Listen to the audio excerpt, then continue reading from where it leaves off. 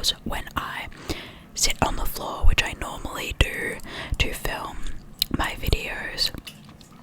So you're up on my desk today so I can actually sit in a chair and hopefully film for longer, because I won't have debilitating pins and needles. We are also going to ignore this absolute mega chonk pimple I have on my chin. It's one of those really deep under the skin ones, so just pretend that she's not there. I have read over 120 books this year, so I was a bit scared as to how to set up this video, because it was just quite overwhelming.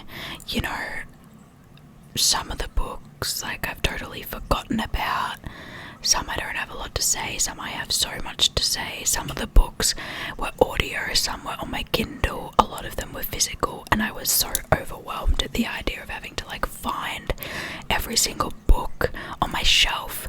Some of the books I've given away. If you don't know, I run a street library, and if I've read a book that I didn't really like, I'll often put it outside in the street library for others to enjoy.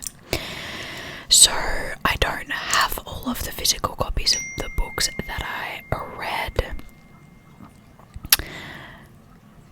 Yes, so it's just a bit of... I was overwhelmed, to say the least, at how I was going to film this, but I decided to just rip the band-aid off. I just needed to do it. I'm going to be showing you the covers on my iPad like I do if I listen to an audio book or something in my monthly reading wrap-up videos. I started filming the monthly reading wrap-ups in June, I think, for this channel, so there will be some overlap from that point onwards. This video is basically just recapping every single book that I read this year. This video does not include books that I DNF'd. I DNF'd 4 books this year, and there's a video already uploaded on my channel about those books. I'll link it in the card and also in the description, and I'll also link all of my individual monthly reading wrap-ups. Okay, let me get started. I think I'm gonna split it up by month, and then in the description I'll have the timestamps for each month. That way it's easier and you can just click on the month and then watch and see what I read that month. Alright, starting out in January, the first book that I read of the year is called Nocturnes, and this is by Kazuo Ishiguro. This is the same author of Clara and the Sun and Never Let Me Go. I had never read anything else by this author, and I still haven't. This was my first, and it is a collection of short stories. If you're familiar with my content, you will know that short stories are a really hit or miss for me. This one was a big miss. There were 5 short stories and I only liked 2 of them. I guess I really didn't they all center around music, which is why I wanted to read the book, because I'm a big music lover, if you couldn't tell by some of my other videos that I post on this channel. And music is a big part of my life. Music is how I met my partner. So I used to be in a band. I play piano, I play guitar, I am a singer. I was the lead singer in my band. So music is a massive part of my life, hence why I gravitated towards this story. But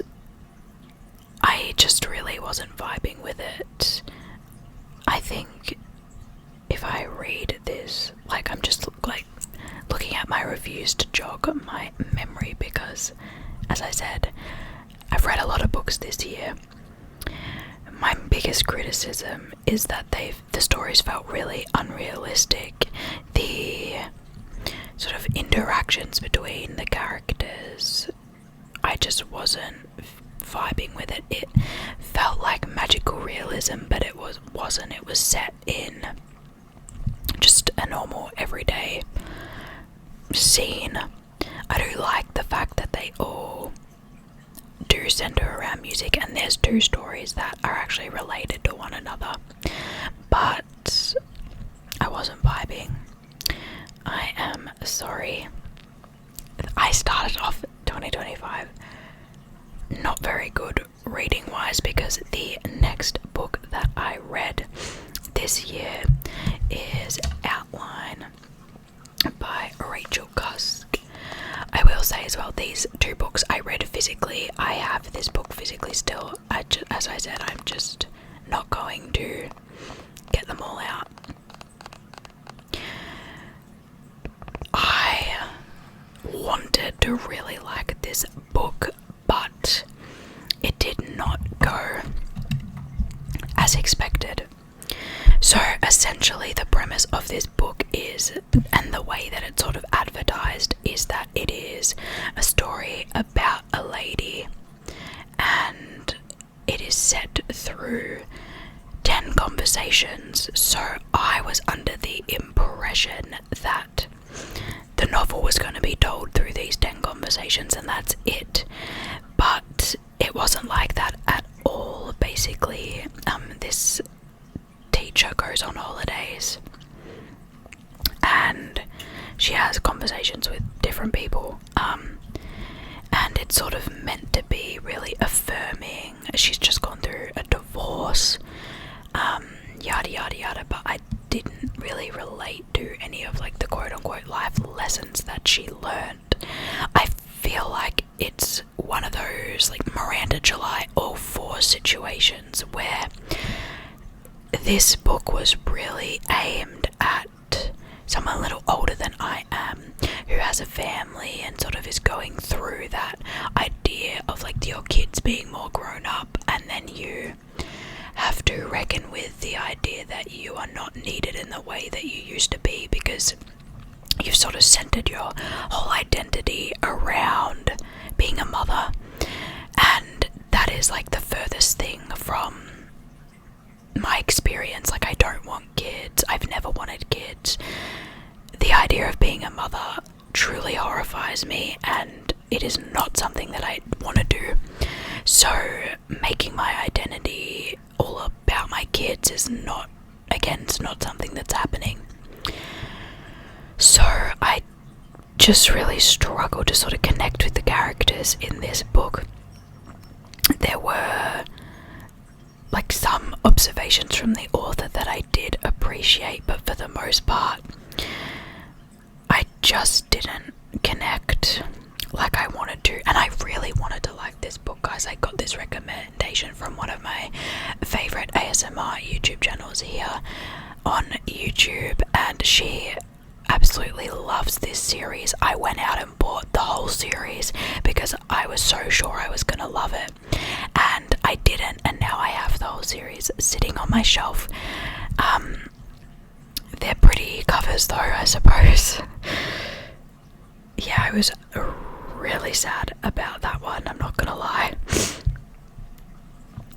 The next book that I read in January, it was a doozy. Oh, I should mention, I rated Nocturnes 2 stars. I also rated Outline 2 stars. This next book, Diary of an Oxygen Thief, it got 1 star. I would give this 0 stars if that is possible. This book is very controversial on the internet, to say the least. My toxic trait is that I like male manipulator-esque books and movies. American Psycho is one of my favorite movies of all time, and I feel like that sort of genre of like the male manipulator movies and books. Like, The Outsider by Albus Camus is also one of my favourite books of all time, and I feel like that, in conjunction with American Psycho, sort of tells you all that you need to know about the movies and content that I like. My friends often say that I just have such a boy taste in movies in particular. This book definitely falls into the male manipulator genre, I suppose. It was bad. On Goodreads, let me tell you, it has 2.71 stars. That's bad. That is bad. I get that it's supposed to be written from like the bad guy's perspective, and there's a bunch of reviews being like, everyone who doesn't like this book missed the point that it's meant to be from the bad guy's perspective, yada yada yada. And I understand that the premise is supposed to make you hate the main character, but you can't just write a shitty novel and then any criticism put forward about the book claim that, well, I was writing a shitty novel on purpose. That is exactly what this book is, and what the likers of this book are doing. This book is like a masterclass in misogyny. Like, the man thinks that women are there to serve him and him himself, like women are only there to serve men in life. You know, we're supposed to be their therapist, their mother, the mother of their children, the guardian of their children, the babysitter, the cleaner, the teacher, all of this stuff. And that definitely comes across in this book. But it's just a whine fest, like constant complaining. This man earns like $350,000 a year, yet he will not shut up. And he's complaining about the house that he bought, he doesn't like it. He's complaining about this, that, he's complaining that women don't like him. It's like the epitome of the male loneliness epidemic that's not real. It's like, there's a reason women don't want to be around you, because you suck. That is this book. I couldn't deal with it. He lives in the most stunning Victorian era home that backs onto a lake. Beautiful, stunning. He's complaining about it. He has a cushy, easy job that he earns $350,000 a year.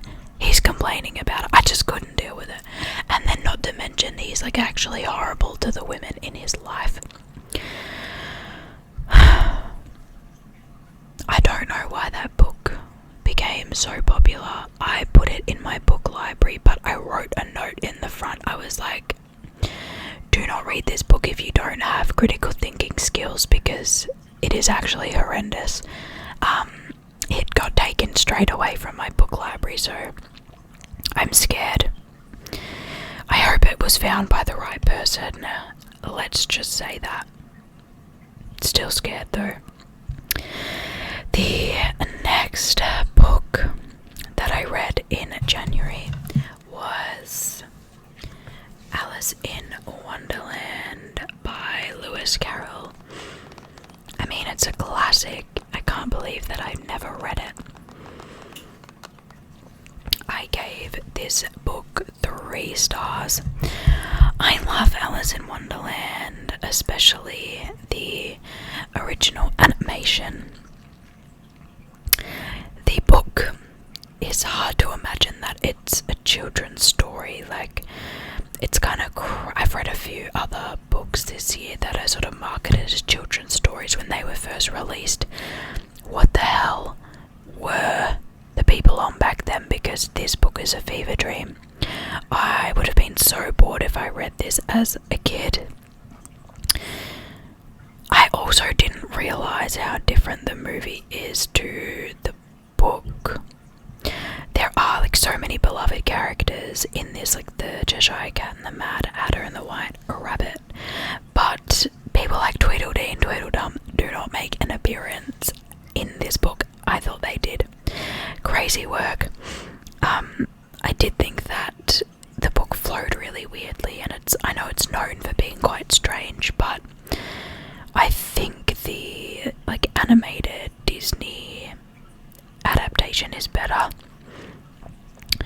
The 1951 Disney one, to be clear, I wasn't really a fan of the live action one. I was just sad that it didn't live up to the expectation I had of it, to be completely honest. I was so excited to really, really love it. I was ready to give it 5 stars, but it just didn't live up to that expectation. And that is fine. It is what it is. The next book that I read in January was the beloved Bell Jar by Sylvia Plath. This book had been on my list to get to for quite some time. I mean, it's beloved for a reason. I gave it 4 stars. I do totally get why people love this book. And in some ways it is very ahead of its time, and in other ways it's very rooted in the period. There is constant mention of religion and specifically shame in wanting to explore one's sexuality, and the racism and homophobia was definitely off the charts in this book. I wasn't really expecting it, but then again I'm given the time that it was written, I don't know why I didn't expect it to be in the book. Of course it was going to be in there. Like I said, I did enjoy the book, but the only other thing that I have to complain about really was that Esther was totally self-obsessed at times, and I guess that was the main point of the book, but again I didn't really know what to expect going into it. It was a lot funnier than I thought though. The dry humour sort of caught me off guard, but I definitely was chuckling while I was reading it. And I think as well, I like that this book helped a lot of women feel less alone, and especially for the time, talking about things like sex and desire and depression was still really taboo. So again, I totally understand why this book was so ahead of its time. I get it. This next book is the last book that I read in January, and this was if you don't know, I'm in a book club.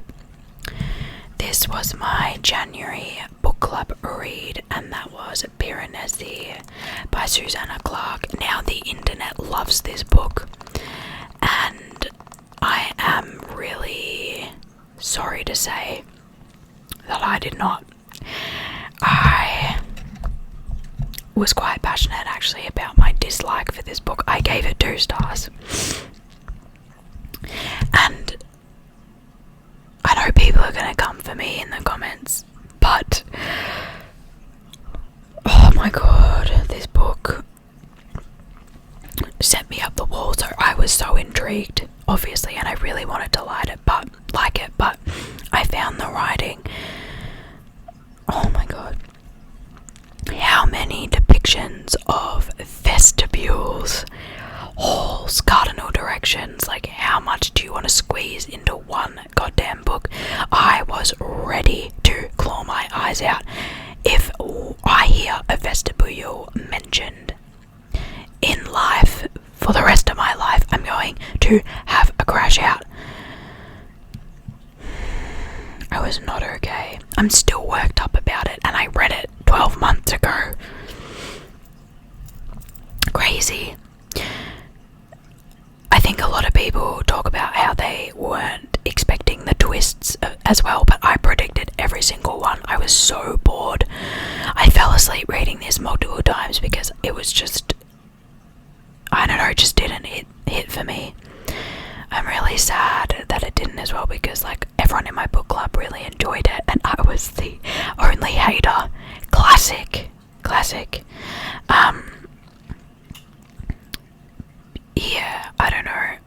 I really tried. And looking back, you know, I do see how it was an unreliable narrator situation, and slowly things started to, very slowly, with the diary entries, start to get mixed up.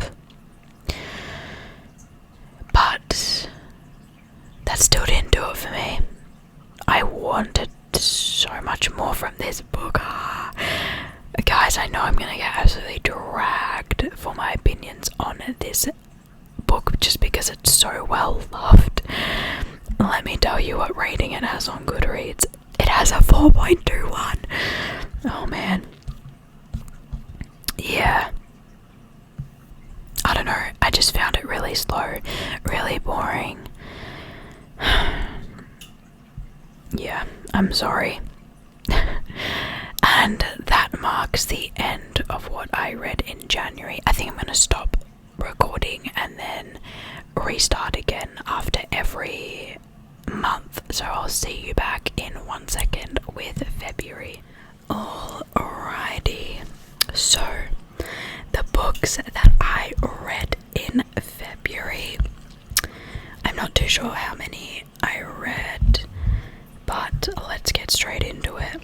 The first book that I read in February is The Embusium, which is Olga Tokarczuk's. Sorry, I don't know how to say her last name. There we go. That's what it looks like. This was a new release this year. I don't know why that's being so. There we go. So I read this one. It is a translated fiction, and I gave it 3 stars. I was disappointed by this one, I'm not gonna lie.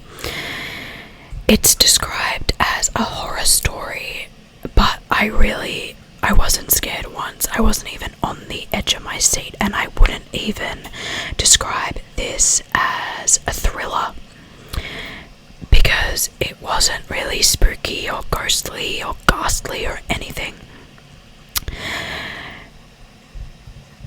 There was a lot of misogyny in this one as well, and on the one hand I do understand why, because it is set in the 1800s, and everything that a character says in the book was a quote from a famous male author or like scientist.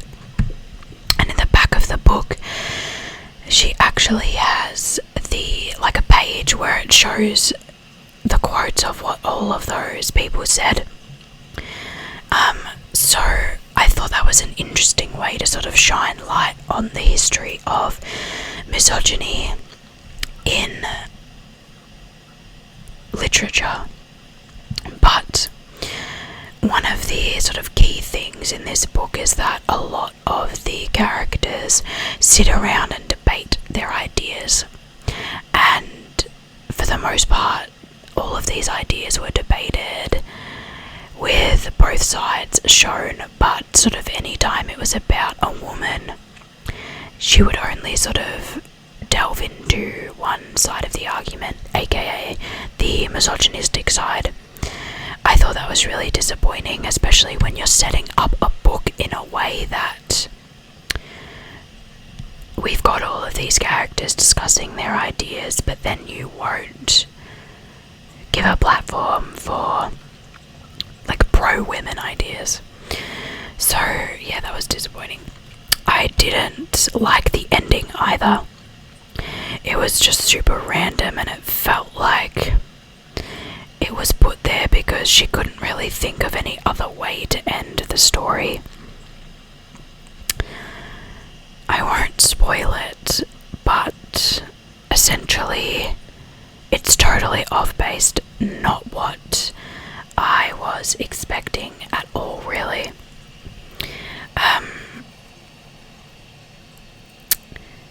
She did have some really poetic lines.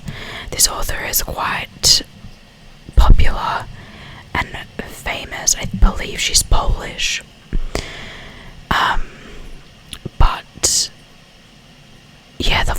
this. I just didn't think it was very good. And I will say though, a lot of people who speak Polish do really enjoy her books. So that sort of makes me wonder whether it's a translation issue. Later on in the year, you'll see that I read another one of hers, which I also, spoiler alert, didn't really enjoy. I enjoyed it more than this one. But I do wonder if it is an issue with the Polish to English translation, because I'm not picking up on the same stuff that people who read it in Polish are. So it could be a me issue. The next book that I read in February is called Terra Nullius, and this is by Claire Coleman.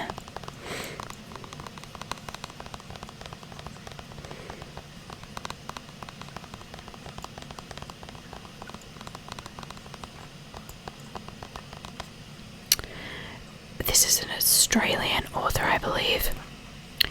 I did enjoy this book. I gave it 4 stars.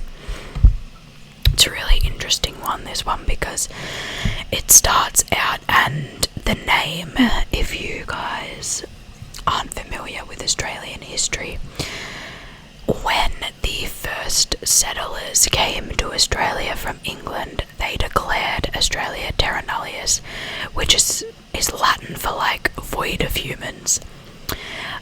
And this was very controversial, and essentially in deeming the land Terra Nullius, it meant that Britain could colonise the land and take it for their own.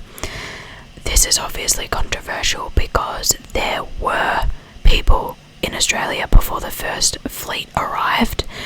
They are the Indigenous Australians, also known as like Aboriginal people, First Nations people.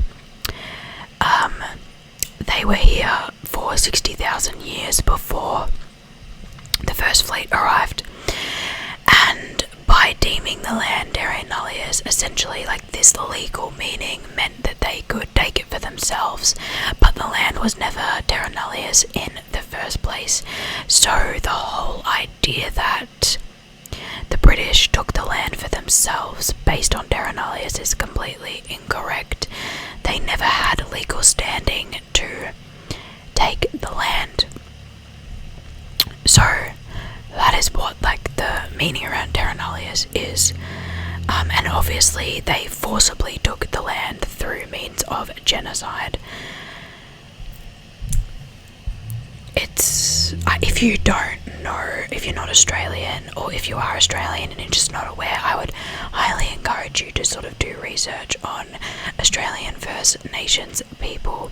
The story of what happened here is quite confronting and horrific, and the saddest part is that First Nations Australians still are not looked after in our society, even though we directly benefited off their land and their culture and their knowledge of this land that we walk on. So this book, I can't really talk about it without spoiling it, but given the name, you sort of go into it, and it's set up from the start to be a sort of fictional retelling of when the first fleet arrived and the genocide of Indigenous and First Nations Australians. But there is a massive twist, and it turns into sort of like a sci-fi novel. I was not expecting it. I did enjoy it. I'm not normally a sci-fi reader, but I thought what the author did was really interesting and fascinating. And I also thought sort of the way she talked about immigration and sort of the past and what's happening in Australia now, I found it very fascinating. I feel like this is one of those books that it will always be relevant, because because there seems to always be discussion about sort of mass immigration and how, funnily enough, the immigrants don't like that other people are coming into this country when themselves also immigrated here. Another big issue in Australia at the moment, it's definitely sort of brought on by this sort of major shift to the right that we're seeing at the moment, is that there have been these like anti-mass immigration rallies, which is quite ironic because Australia is a very newly settled country. There has only been white people on this land for 200 years. And as I mentioned before, Indigenous Australians have been here for over 60,000 years. They are one of the longest continuous groups of people to be alive. And it's just so ironic that white immigrants are complaining that there is other immigration happening. There has been it's not even a big influx, but they're basically just complaining that Chinese and Indian immigrants are coming to Australia to seek a better life for themselves, almost exactly like what their ancestors did in the 1800s. It's a whole thing, and it's quite a big debate at the moment, but it's pretty much all rooted in racism and colonialism, and I think this book did a really good job at talking about that in a really subtle way, and in a way that the average reader would not be able to tell that that's what this author is trying to say. I enjoyed it. Righty. The next book that I read in February was Ozumu Desires No Longer Human. This is another one of those male manipulator stories that I did not like. I gave this one, I think, 2.5 stars. Yeah, 2.5 stars. Okay, the thing about this book is that it's meant to be sort of like semi-autobiographical, but I did not feel bad for this character, this person, at all. This is very 2012 Tumblr.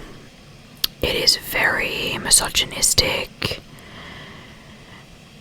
Like, the man in this story is not a good person. He sat by as his wife got raped and did nothing to help her. And even to the point where he was questioning whether she wanted that rape to happen. And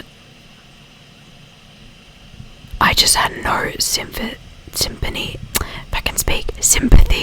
for him at all.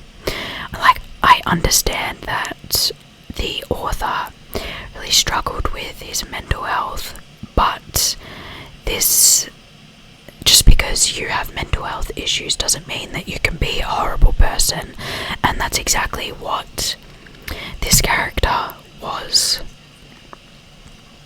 He was not a good person. He took out his misery on everyone else in his life, to the point where he ended up alone, and that made him even more miserable.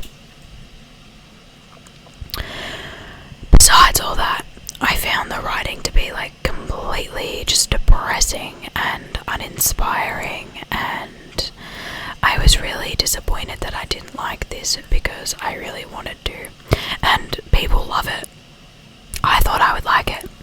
But again, I just felt like it was another one of those toxic man books that doesn't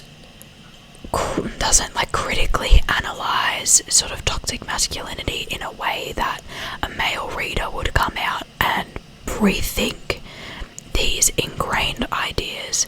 Instead, I can imagine a male reader coming out of that and being oh yeah, I'm justified in thinking that we don't need more of that. Alrighty, the next book I read is more of a journal. And that is the We Need to Talk About America edition of Australian Foreign Affairs. This is edition number 18. This is 4 essays about Australia's relationship with America.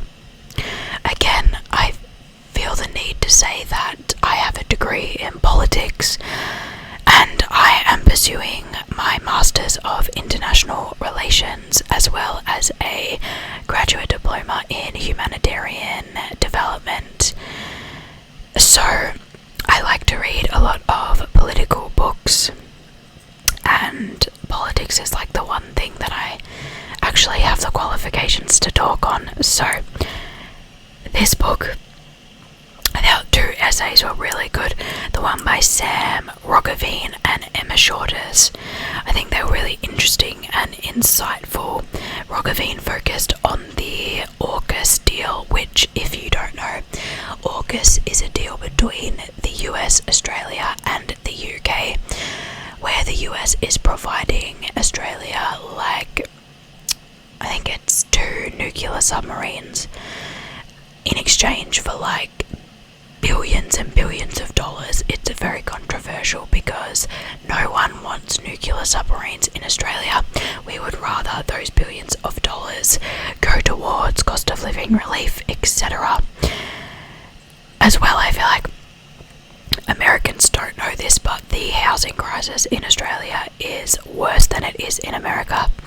The median price for a house in Australia is over $1 million.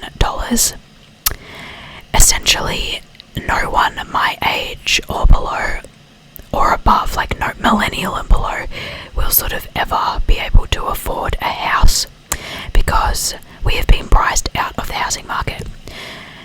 So AUKUS is quite controversial because that's billions of dollars being invested in the military that we do not want to be invested. So Sam Roggeveen talks about that and sort of the implications on safety, especially with China.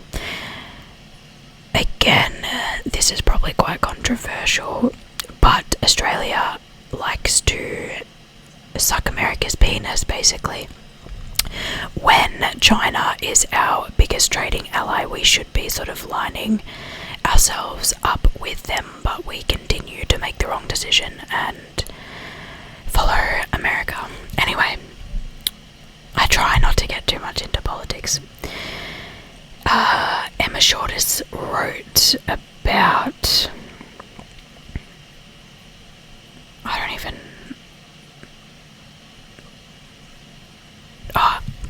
a quote from Emma Shorters' essay that I really liked was, "What could we bring into the world if we weren't so afraid?" And I think that speaks to what I was just talking about before, about Australia's foreign policy is to do whatever America wants, and that is becoming increasingly controversial.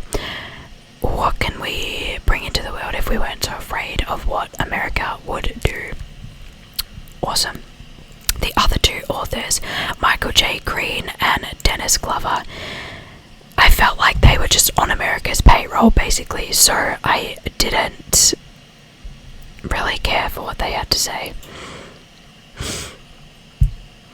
The next book that I read in February is Claire Keegan's So Late in the Day. This was a nice little short story. I gave it 4 stars.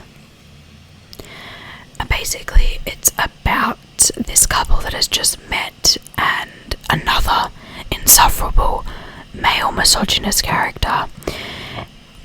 And essentially, the marriage is called off because the girl realizes that he's such a loser.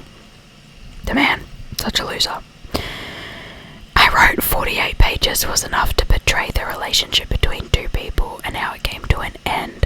I think many authors have a lot to learn about how not to drag out their novels. I stand by that. This was such a short book, but so effectively communicated the differences between these two people in a relationship. And you totally understood that they are not on the same page. I thought she did a really, really fantastic job of that. The next book that I read in February was Open Water by Caleb Nelson. I have talked about this one at length in my mid-year favourite books video. So I'm not going to stick on this one for too long. I am also going to do a favourites and least favourites video of the year, so this may remake an appearance, but this is still one of the most beautiful books that I've ever read. I really didn't want it to come to an end, to be honest. The way that Nelson writes is so poetic. Even the most simple thing about someone walking down the street is made interesting by the way his prose comes together. And the way that he writes about these two people that fall in love. Oh, it was just incredible. I thought it did such a good job at sort of showing the breakdown of a relationship and why communication is so important, and just sort of that really common human thing of crossing paths and miscommunication. Yeah, it was just beautiful. After that, I also read Prayer by Caleb Nelson as well. Doesn't have a cover because it's just a short story, and it was his sort of prelude to Open Water. It was him sort of learning how to write. I gave it 3.5 stars, mainly because you could tell it was the precursor to Open Water, and it's a very similar style, but Open Water is just so much better. The next book that I read in February was Scaffolding by Laura Elkin. I gave this one 3 stars. I went a bit back and forth. Originally I gave it 4, but on reflection it's 3 stars. I found the structure of this book really interesting.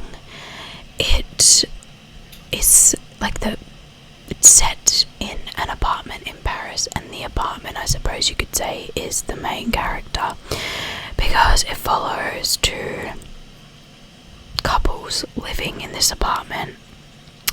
One is in the modern day and one is, I don't know, maybe the 1900s, early 1900s. The POV sort of swap back and forth. This was mainly a story about motherhood and loss and longing, but not in a romantic way, more motherhood. As I've mentioned, that is not interesting to me, and I just don't really even like reading about it, because I feel like most authors struggle to sort of talk about motherhood without making it seem like it's the only thing a woman is supposed to do. I felt like this book was pretty pretentious as well. Like I said, I couldn't relate to the characters. I was bored. The dynamics were weird.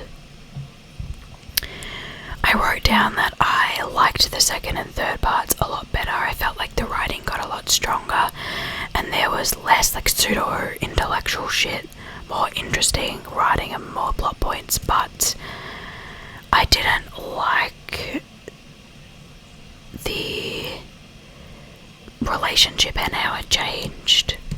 I thought that was sort of a cop-out.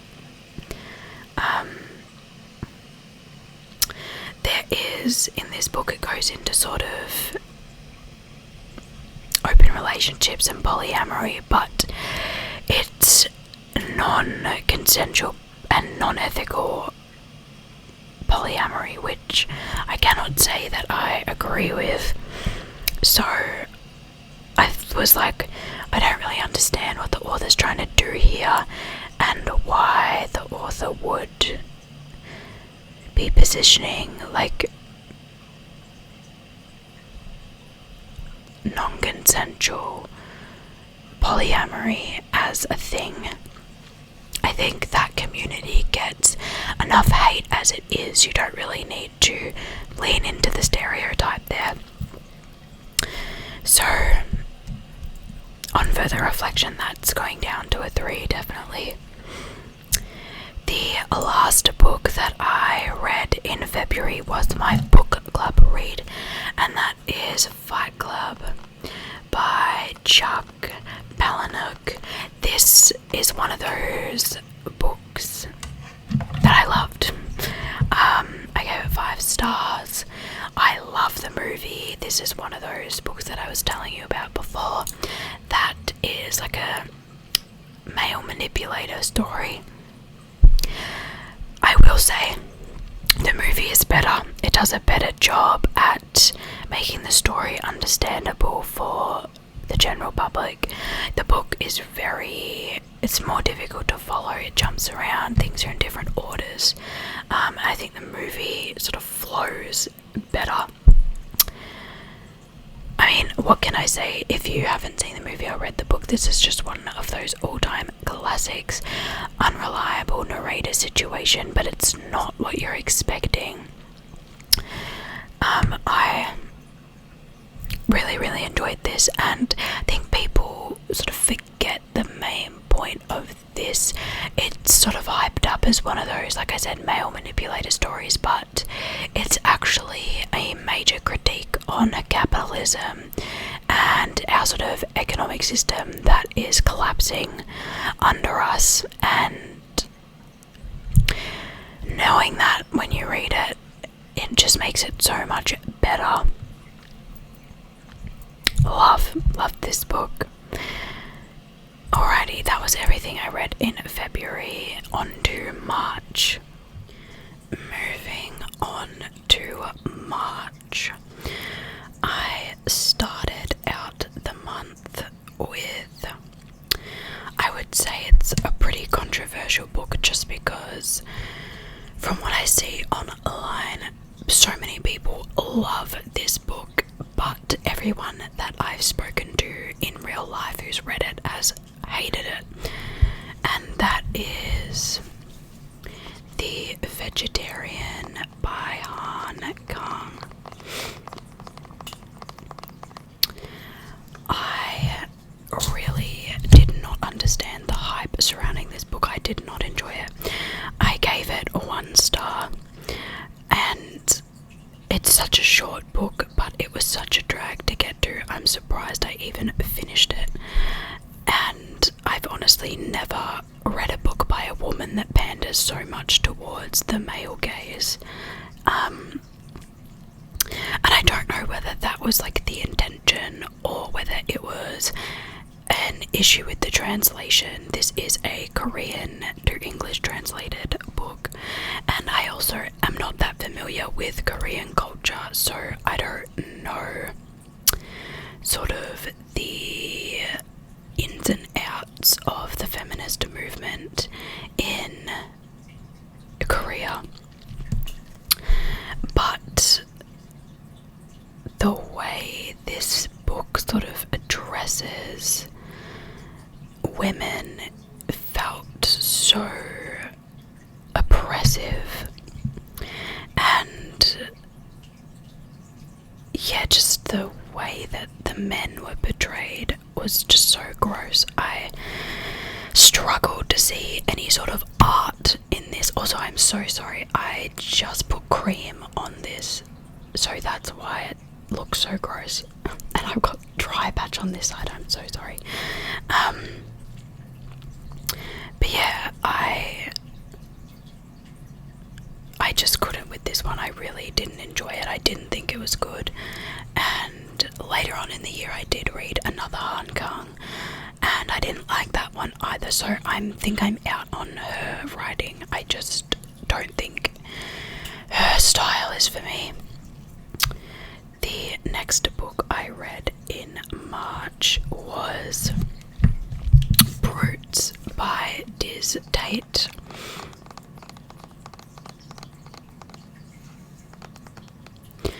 This book I did enjoy, but it was such a fever dream. I think I gave it 3.5 stars, and I did not fully process what was going on half the time, and it seems like that is quite a common theme looking through the reviews that other people have left. No one else really has any idea what's going on as well, which definitely made me feel better about my experience. It was written from like this hive mind perspective of this group of girls. It's set in Florida, in like the swamp, but not really. It was kind of a quite confusing setting, like I wasn't fully understanding what was happening, but I think the hive mind aspect, like the story was told from the collective we and us, and that did make it really hard to follow because I couldn't really tell who was involved. And the group of girls this book centers around, there's about 8 of them, so I did find that difficult to follow. And the book sort of goes back and forth between the past and the present, and I did find that the bits of the story that talked about the girls when they were grown up a lot easier to read. I think the thing that makes this an intriguing book, and that I think the author did really well, is that the whole point is to be sort of looking back on the past of these kids, and the author did such a good job at making those memories feel how memories feel in your mind. Like, they feel hazy, not all put together. It's hard to follow. It's like this sort of fever dream blur, and I don't know how, but the author managed to put that feeling into a book, and that was like, I found that really impressive, because it's not every day that you read a book that feels like trying to recall a memory. Yeah, I enjoyed it, but it wasn't like amazing. The next book I read was The Virgin Suicide by Jeffrey Eugenides.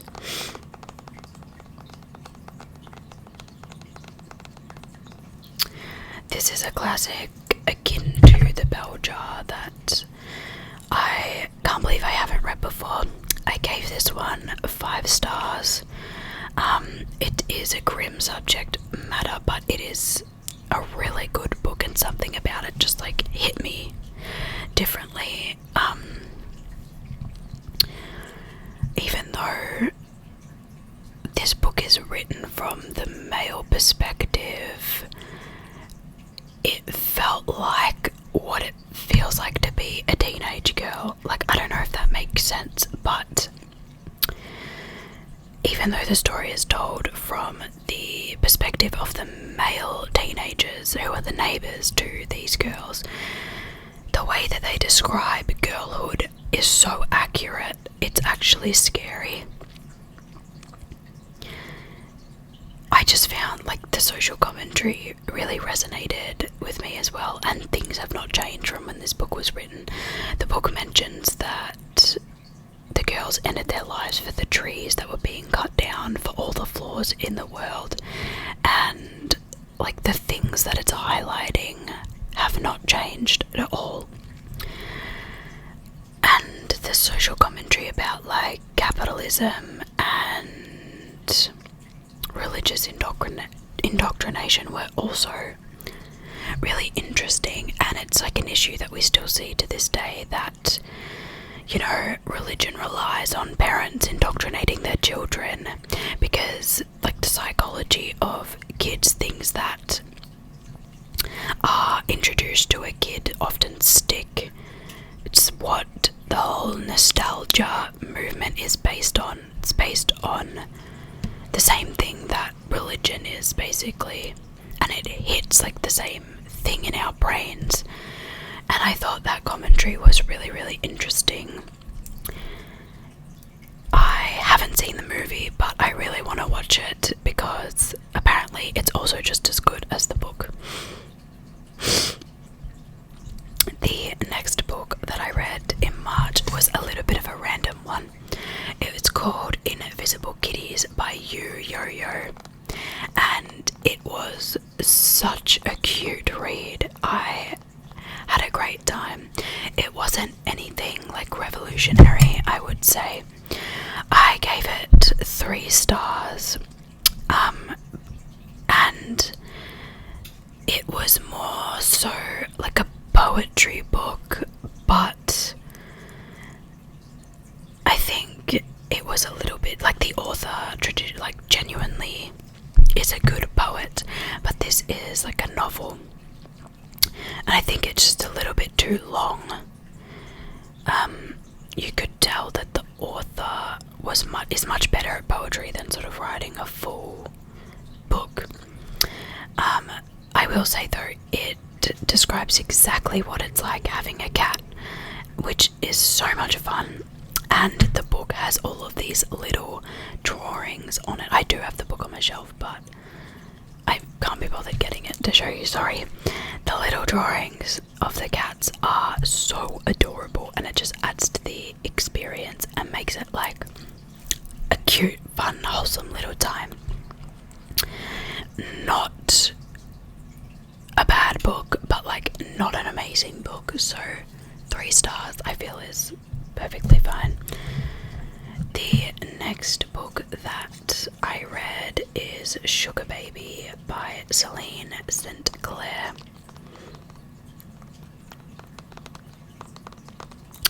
This book was, I say it's lighthearted, but it's not at the same time. It does cover quite a lot of intense subject matter, specifically around sex work and the vulnerability that comes in that line of work. And I think it was definitely a guilty pleasure read for me. It's a little bit more, I don't want to say ditzy because that's not the right word, but yeah, I guess lighthearted than I normally read and sort of unserious. It wasn't a book that sort of had a lot to say about, or like social commentary about sex work. It was more just frivolous, I suppose, and the plot was quite random and all over the place. The main character sort of falls into that line of work, and then it just sort of goes on from there. I gave it 3.75 stars. It wasn't bad, and I believe this is a debut novel by the author, and it was a good debut novel. I wouldn't say that it's very true to life, though. I think it is does romanticize sex work and sort of show like the fun, holidays and money and aspect of it. I don't know how to explain it, honestly. It's hard to explain. I think there is some value in reading it, but take it with a grain of salt is what I would say about that one. The next book I read was Sad Janet by Lucy Bridge. Well, firstly, this was a cover read for me because I love greyhounds and that's adorable. I think I gave it 4 stars. Yes, 4 stars. This book is like so specific for us depressed girlies. Like if you're a fun-loving person, you will not understand this book. Janet is so real, and I felt so seen reading this. She like fully talks about the sort of things that I feel like is quite taboo still, that life is not all fun and happy times like you're told as a kid. It's hard, and Janet is not afraid to talk about that, which I love.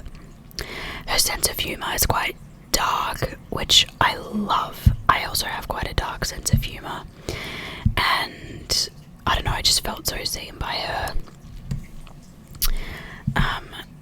The one thing that I didn't like about this book is that it sort of stigmatizes taking antidepressants, and that Janet really hates the idea of taking them. And she goes on like all of these rants about how it's bad to take antidepressants, that like, and some of it is valid in that she talks about how pharmaceutical companies essentially pay doctors to prescribe their drugs, which is true, and that is how we got the opioid epidemic. But at the same time, antidepressants already have such a stigma, and I think it is important for people to know that they are an option for you, and it's not just for the profit of pharmaceutical companies. They can totally turn your life around. So I didn't like that sort of stigmatization of an already stigmatized topic, but other than that, I did really like this book, but it's definitely an acquired taste. The next book that I read is a short story collection. I should have caught on that short stories are not for me when I read this, but it is Don't Go to Sleep in the Dark by Celia Fremlin. This is translated fiction. I think it was Dutch. I'm not 100% sure. But I gave this book 2 stars. I got the recommendation from like a Bookstagram account, and I swear to God, this is the last time that I take recommendations from Bookstagram because they are so hit or miss. It's meant to be a scary book, but it was not scary, and the stories I just didn't think were good.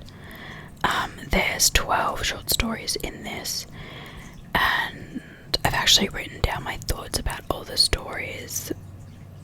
For the most part, I gave most of the stories 2 stars. There were a few, there's 3 3-star stories.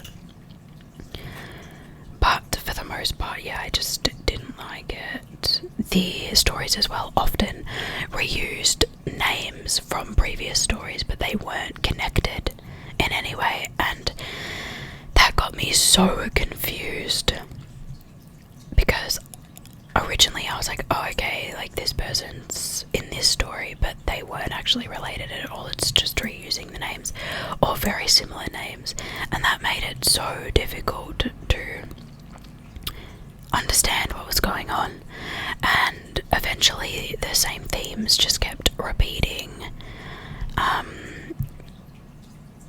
and that just made it predictable and boring. Like,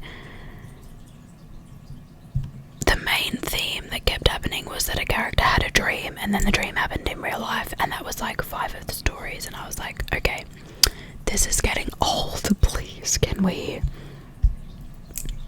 I don't know, do something else. The next book I read was also a short story collection, but I really enjoyed it. It's probably one of the 2 short story collections I read this year that I liked, and that was She's Always Hungry by Eliza Clark. This was my first Eliza Clark. I gave it 3.75 stars. This was very unique and sort of body horror, gory, much more interesting than the last short story collection I read, that's for sure. again, I went through, there's 11 short stories in this, and the two notable ones for me were Build a Body Like Mine, which is the first story in the book where someone's sort of struggling with body image, and she is convinced she has tapeworms. No, she eats tapeworms to maintain her sort of skinniness. And it's meant to be sort of a social commentary on the extreme lengths that people go to maintain the beauty standard, particularly for women. I thought that one was really good. Another one that I really enjoyed was The Shadow over Little Chitterley, and this one was honestly just so out of left field and hilarious, but the story was told through reviews of a new Indian restaurant that has popped up in this small town, and it was just hilarious. I highly recommend that one. I also really liked the Goth Girl story. Again, I gave it 5 out of 5. It was hilarious. It was kind of fetishy, but the main character Willow was such an icon. There are a bunch of other really good ones in here, and then some that I didn't enjoy as well. But for the most part, I really enjoyed this short story collection. But I will say, I do recommend that you read it, but be prepared for the body horror. And that one was also my March book club read. So it was the last book that I read for March. Moving on to the month of April. I was about to say March, but we just did March. The start of this month, I finally got around to reading Animal Farm by George Orwell. I mean, this is one of those ones that everyone recommends you to read, and it lives up to the hype. I gave it 4 stars. It is such a small book, but I feel like it's so effective. And again, after reading it, like my whole childhood, I was told that I need to read this book because it's a critique on communism, but I don't know how you can read this book and think that. It is so clearly a critique on absolute power and how capitalism is bad. It is honestly so blatant. I don't understand how you can read this and think anything else. And if you picked it up and thought it was a comment about like socialism or communism, I think you need to reread it, because that is absolutely not what it's about at all. I think the main theme of the book is that if you are neutral in situations of injustice, then you have chosen the side of the oppressor. Again, if you don't understand what I'm saying, you just need to reread the book. Justice for Snowball and Boxer, honestly, they deserved so much better. And it's also such a good example of how detrimental propaganda is to a society. Again, just read it. The next book that I read in April is Diary of a Void by Emi Yagi. Now, this one was a bit of a random pickup for me. I just saw it on audiobook and decided to give it a listen. But I actually really enjoyed it. I gave it 4 stars. This book is translated from Japanese, and you know, sometimes with translated fiction it can be quite clunky. But this was really, really well translated. I was actually quite impressed. This is one of the only books that I've ever read that sort of speaks about the, I won't say horrors because that's a little bit dramatic, but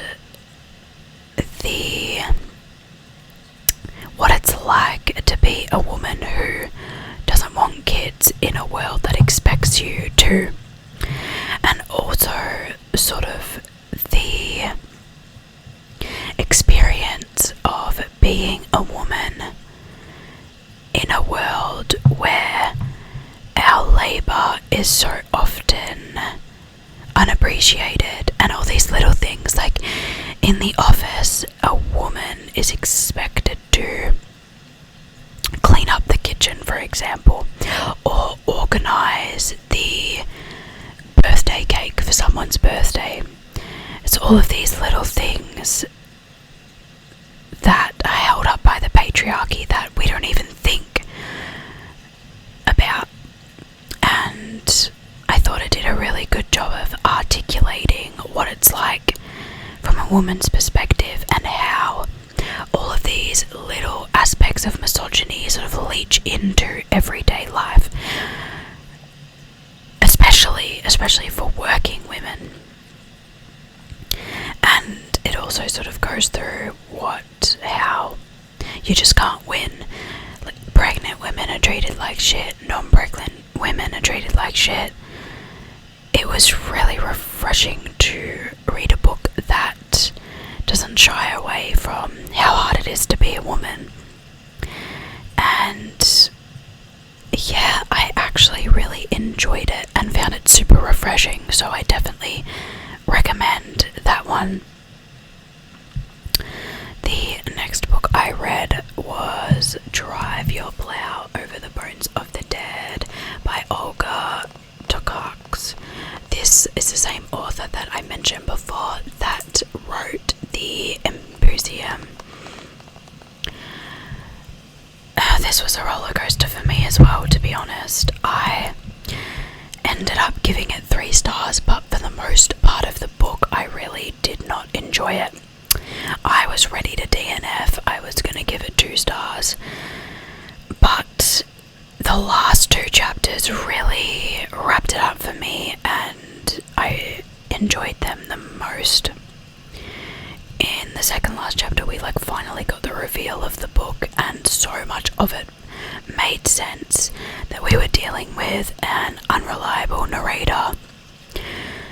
There was still a lot of fluff in the book, which I didn't like, which I think made me want to stop reading.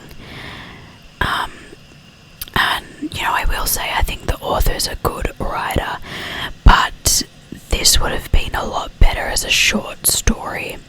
You could have got 100 pages out of it and it would have been a lot better. But I will say, as a vegetarian, I do appreciate the anti-animal cruelty sentiment that is the overall theme of this book. This book did win a Nobel Prize for Literature, and I'm sorry, but I just didn't think that it was worthy of that. I don't know. It was definitely, in my opinion, worthy of 3 stars. The next book that I read in April sort of threw me through a loop. It was featured in my favourite books of the year so far video that I released in June, I think, and that is Everything is Tuberculosis by John Green. If you only know John Green from his young adult fiction, I highly recommend picking this one up because it will blow your mind. This is one of those books that has changed my brain chemistry since reading it. Needless to say, I gave it 5 stars. I originally listened to it on audio, but it was so good that I went and bought a physical copy, and I do plan on rereading it. And I wasn't expecting to be so captivated by a book about tuberculosis tuberculosis. It's about colonialism and capitalism and medical racism, all of this stuff that you may not think about, but it is so prevalent in the world. And I really appreciate John Green for giving a voice to marginalized communities and people that we just don't normally think about in the West, which is so horrible. But all I can really say about this book is read it. Read it. It will change your brain for the better. There are so many stories in this book, but the main one features a young boy named Henry from Sierra Leone, and he has tuberculosis, but struggles to get the vaccine because of the underfunded hospitals where he lives. And the thing about tuberculosis is that it is a fully curable disease. It has been cured in the West since the 90s, I think, but it is still a major killer in developing nations because there hasn't been a big push to cure it, and it is honestly heartbreaking. The health injustices around the world, it's just so horrible. Read the book. If you want to read any book from this video, it's that one. I had a kick of non-fiction here for a bit. The next book that I read was Educated by Tara Westover. I gave this like a 3.5 to 4 stars. It was crazy. Actually crazy. This book is a memoir that follows Tara and her family. She was born into a very religious sect of her community. I believe she was born into a very, very Mormon family. And I think the main thing that this book does is sort of show how dangerous religion can be, and like the brainwashing and indoctrination that her siblings went through and herself was honestly horrifying to read. And it was just making me mad. There are still so many millions of children going through exactly what she went through. Again, this is one of those ones that I feel like you just need to read. It is quite old now, and it was quite popular, so you'll be able to find it at an op shop for quite cheap, I think. Basically, she was denied an education because her parents were very religious, and it sort of set her back.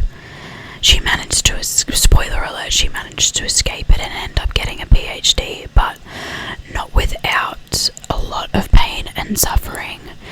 And a lot of her siblings weren't lucky enough to get out of that cycle of sort of lack of education, poverty, and yeah, I just sort of struggled to see any sympathy for the parents in this situation.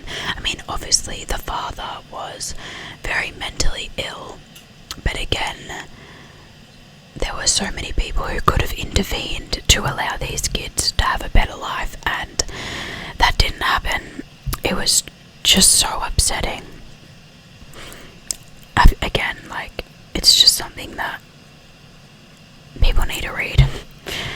The next book that I read was Our Evenings by Alan Hollinghurst, and this was the April book club read for me. this one 2 stars because it was well written. And did it have some insightful things to say? Sure. But was it really, really boring? Yes. It was like a 500-page book that should have only been a 200-page book.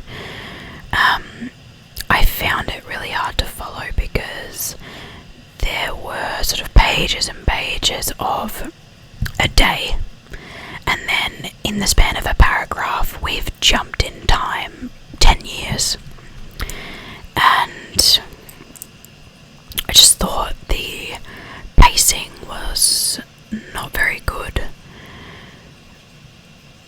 Again, I think it does have some insightful things to say about growing up queer in the 60s, but there were also so many other books that sort of shed light on that topic and do a lot better job. I will say the setting I did really enjoy. It was very sort of like Saltburn vibes, rich British countryside situation, but that did not justify the enormous page count for a book that didn't need it. The last book I read this month, my thoughts are controversial. That is One Day Everyone Will Have Always Been Against This by Omar El Akkad. I gave it 3 stars, and before you tear me to shreds, hear me out. I was so disappointed by this book, and I will say that the overall message was incredibly important. We should be confronted by the atrocities that are currently being committed in Gaza, and we should be confronted by the justification that the West uses when in reality it's those same Western governments that are committing worse crimes. I think there's also good and interesting points brought up by this book about what it's like to be an immigrant to the West, and I thought one that was particularly interesting was the idea that sort of in Western countries there's an expectation that immigrants assimilate to the culture. But when someone from the West moves somewhere else, they do not assimilate to that culture. There was no assimilation when colonization occurred. So it's this double standard that if you are a white immigrant moving to a developing country, it's fine. But if you are a brown immigrant moving to the West, you are expected to live the same way of life as someone in the West and completely reject your culture. Yeah, that was a good example of some of the hypocrisies we see. But unfortunately, I did become very disillusioned with this book really quickly because the author chose to intertwine his life story throughout the discussions of the genocide in Gaza and the fact that the West is doing nothing about it. But one of his main points is that there's so much noise drowning out the stories coming from Gaza, but this book is doing exactly the same thing. It's interweaving a personal story into the conversation about Gaza, and it's just adding more noise to that. I think there's definitely a lot to learn about because he is an immigrant to Canada, and there is valid commentary on that experience and on xenophobia, but the line of like just adding to the noise and trying to make it about yourself, that's exactly what the author's criticizing, but it's what he's doing. So that's why I was disappointed in this book. If you're gonna talk about it, do it right, and if you're gonna criticize other people for talking about it, don't do the exact same thing that you were criticizing. Anyway, that's everything that I read in April. Okay, moving on to what I read in May. This was my biggest reading month, so we're gonna do like a little speed run just because there's a lot of books in here. The first book that I read this month is You Didn't Hear This From Me by Kelsey McKinney. Hold on, there we go. This was okay. It wasn't what I expected, which is mainly the reason that I gave it 2 stars. I was expecting a sociological deep dive into gossip and how the word has been changed and corrupted to sort of push misogynistic views about women, and in how society in general, women use gossip to stay alive, basically. But this was more sort of like a pop culture review about gossip, and it did touch on sort of the historical roots and inherent sexism that comes along with our current understanding of gossip, and I did enjoy the conversation about gossip and religion, and I thought it was quite insightful, but the book quickly turned onto just talking about like pop culture gossip. There was a lot of like the Kardashians, Vanderpump Rules, and the intricacies of shows like Gossip Girl, and that just wasn't what I was expecting the book to be. So 2 stars from me. The next book I read this month was Women Don't Owe You Pretty by Florence Given. If this will focus, that would be so fantastic, but it doesn't want to. Okay, that's so annoying. You can do it. Anyway, this book, again, I gave it 2 stars just because,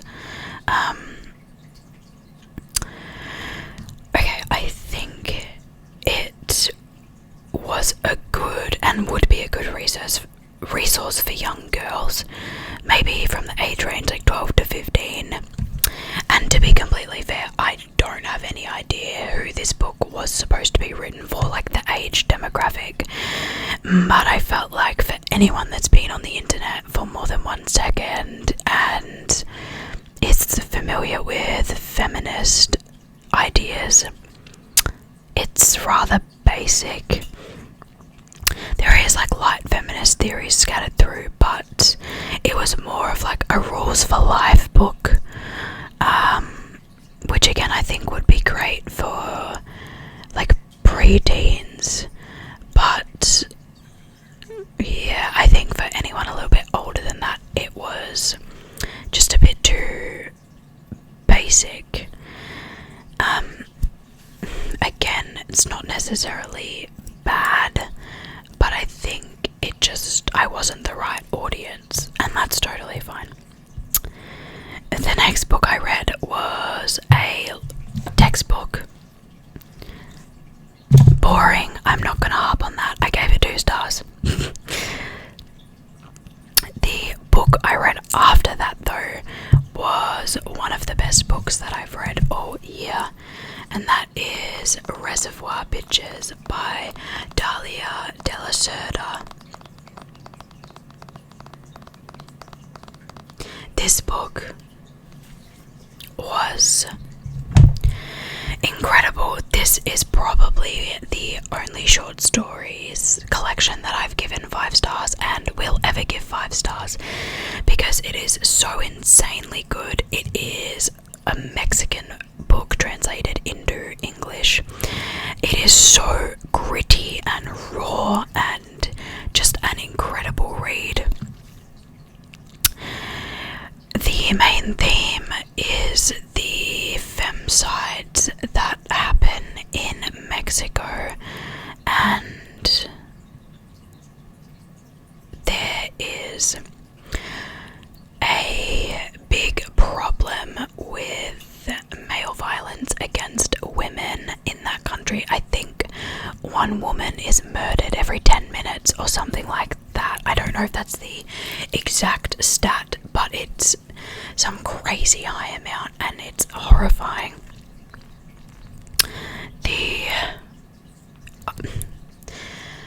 I said for Everything is Tuberculosis that if you read one book from this video, it should be that one, but that's a non-fiction book, so that would be my non-fiction recommendation. This is a fiction book, and if you read one fiction book from this video, I would recommend it be that one. It's incredible. How it didn't win the International Booker Prize this year, I do not know. The next book I read is Orbital by Samantha Harvey. This was a winner of the Booker Prize last year, I believe, and reading it following Reservoir Bitches was such a disappointment because I did not like it. I gave it 3 stars. I thought it's not that I didn't like it, I just thought it was really repetitive, and I know that that's the point. Like, I understand that it's about people on the International Space Station and it's meant to be repetitive because all day they are cycling the Earth, and it's sort of meant to be like, you know, the parallels of the two. I did enjoy some of the philosophical questions asked in this book, but I found the rest of it to be so boring. It got old too quickly. Yeah, it was a no from me. The next book I read was Night Bitch by Rachel Yoder. This has recently been turned into a movie as well, which I didn't like equally as much. This book I gave 1 star. It was so sad. Oh my god, the main character was insufferable. She constantly brings up how she never wanted to be a mother and how being a mother ruined her life, but she did it for her husband. And I just have to say, never let a man convince you to have children if you don't want them. Never give up your career or your life because your husband wants a family if you don't want one yourself. I cannot scream that loud enough. I was honestly gobsmacked that this book would even promote the idea of being a mother when you didn't want to be. And besides the fact that the book was so boring, the idea that like a woman going through a crisis is akin to her turning into a dog and that she's a night bitch, I was like, what is this misogynistic garbage? The entire book just equates a woman struggling with her mental health as turning into a bitch because women are bitches, right? I couldn't believe it. I was like, this is actually disgusting. And the glorification of the husband and the son being like these perfect little angel princes was just sickening. Like, the husband was a horrible person who left the wife to do all of the raising of the kid, all of the housework. He would jet off every week for work and had nothing to do with their lives. She should have divorced him, and the kid was a brat. Next. The next book that I read was The Pisces by Melissa Broader. This was my first, and I think I haven't read anything else by her yet.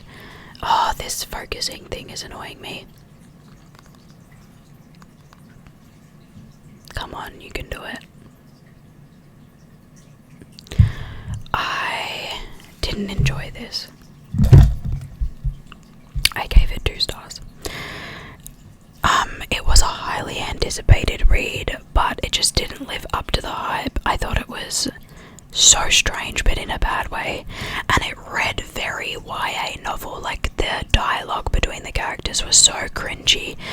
I was just rolling my eyes the whole time because it was embarrassing. And also, tranquilizing your sister's dog every night just so a man can come over is psychotic behavior. I repeat, psychotic behavior. I thought that the protagonist would go through some sort of change and sort of realize that her behavior was bad, but she did not. The amount of books that I've read this year where the protagonist is like set up to end up being a good person and sort of change their behavior, and they have chose not to. I'd be a millionaire. Next, I mentioned previously, but I read Greek Lessons by Han Kang.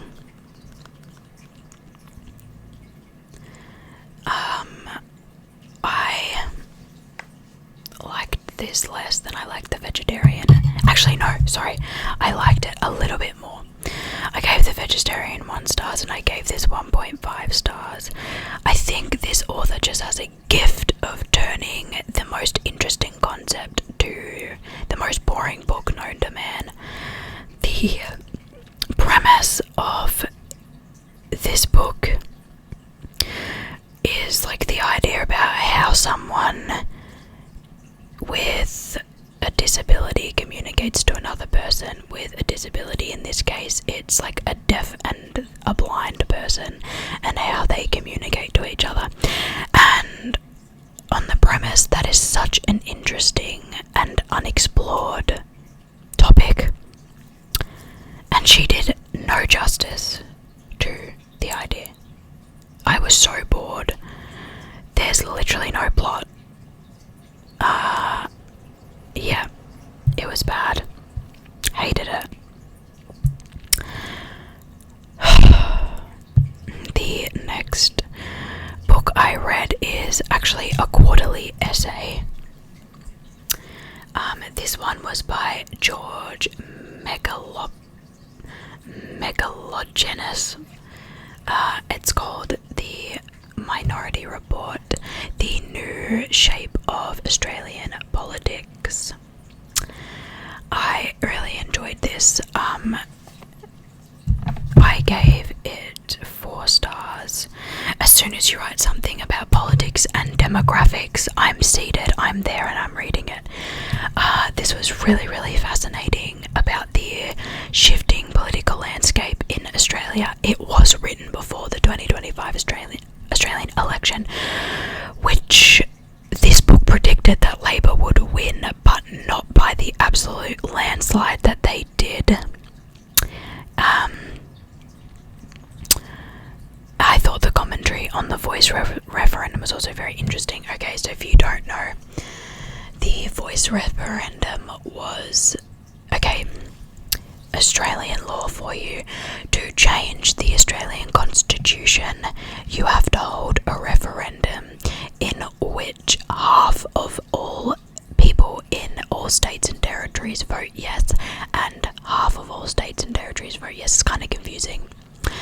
But so to change the constitution, you have to hold a referendum. So a referendum was held in 2023, I believe, about changing our constitution to include the acknowledgement of Aboriginal and Torres Strait Islander people as the first people in Australia, basically.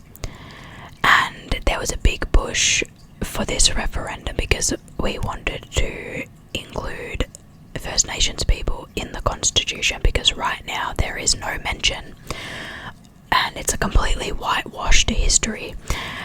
Unfortunately, the referendum didn't pass, which I think speaks to how racist Australia is as a country. It can't even recognise the tradition traditional owners of the land in our constitution. Disgusting, honestly. But historically in Australian politics, if you launch a referendum and lose, you will lose the next election. But the Labor government, who is the government who launched the referendum, they actually won by a landslide. Again, if you didn't know, Labor is our left-wing party and the Liberals is our right-wing party, which I know can be confusing because in America, like, liberalism is left-wing. It's not actually, it's centrist, but people aren't ready for that conversation. Anyway, so I found that commentary really, really interesting. And sort of the shift that we're seeing to minor parties and independent voting. We have a two-party system in Australia, unlike the one-party system in the US, and we also have preferential voting. So if your first preference is knocked out, your vote goes to the next one. For example, in the 2025 election, I voted for the Greens, which is like the very left party in Australia. And my second, like, you go in and it's a ballot and you number like 1 through 6. So my number 1 was the Greens, number 2 was Labor, for example. And because the Greens got knocked out in my electorate, my vote then went to Labor. And this sort of ranked choice voting is very effective, and it allows for more minor parties to get in, basically. And there's been a big shift towards independents, also known as teals, which normally have a more left social policy but more conservative economic policy. Red and blue combined makes teal. They're called the teals. Yeah, it was very, very interesting. I recommend it. The next book I read in May was Gifted by Suzumi Suzaki.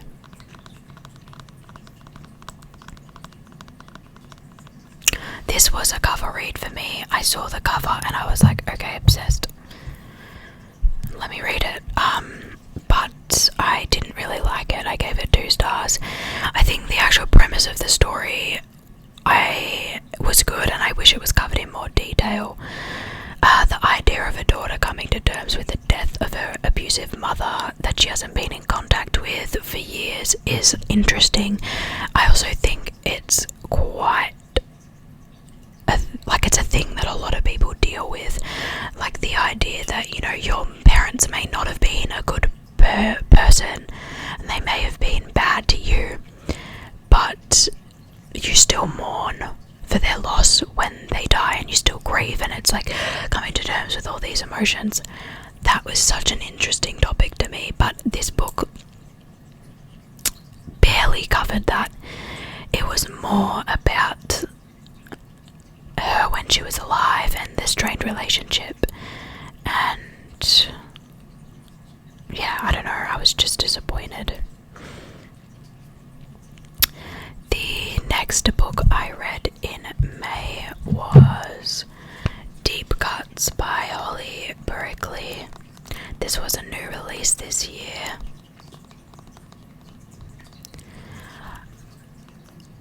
This is another one of those like guilty pleasure books for me. Most of my friends who read this didn't like it, but I did. I gave it 3.5 stars. Was it cringe? Yes, but I ate it up. This is a very specific reference, but if you're Australian and you grew up in the early 2000s, do you remember the ABC3 show called Mortified? Because that's the vibe that this book gave. And I used to love that show. So I did enjoy this book. It centers around music, which I've mentioned previously in this video, that's a very big central part to my life. And this book, the characters met in a very similar way to me and my partner, so it was sort of like a reminiscing moment for me. I will say it was quite cringe at some points. I couldn't stand the way they actually talked about music, and there was something like, it was so pretentious and so like, I don't know how to explain it, but I hated her music analysis. It just was so fake and forced in my opinion, but I still like the book more than I thought I would. The next book I read in May is also probably quite, my opinions are probably quite controversial because this author's well loved, and that is Anxious People by Fredrik Backman. This is either a Swedish or Norwegian translation.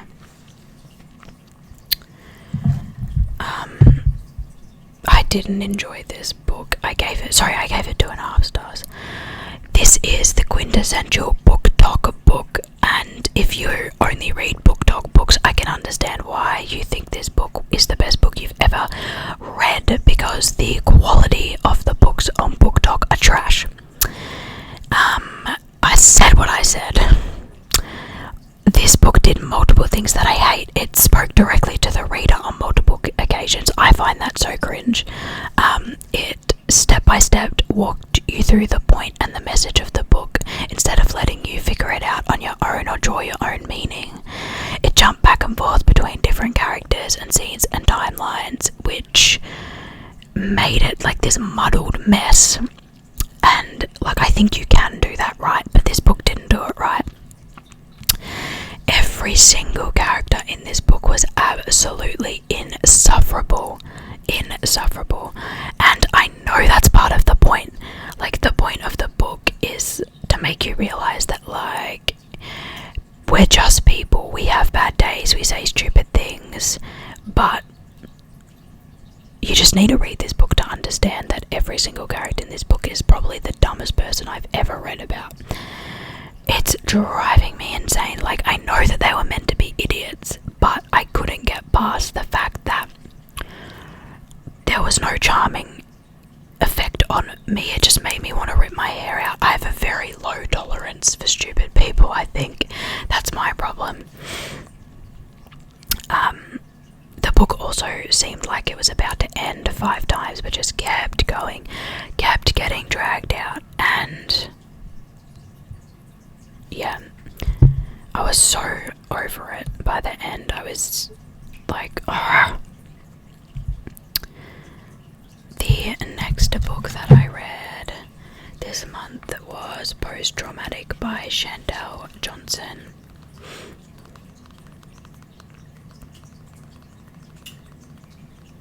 I enjoyed this book. I gave it 4 stars. And this book centers around a young black lawyer in New York City and her relationship with herself and her PTSD.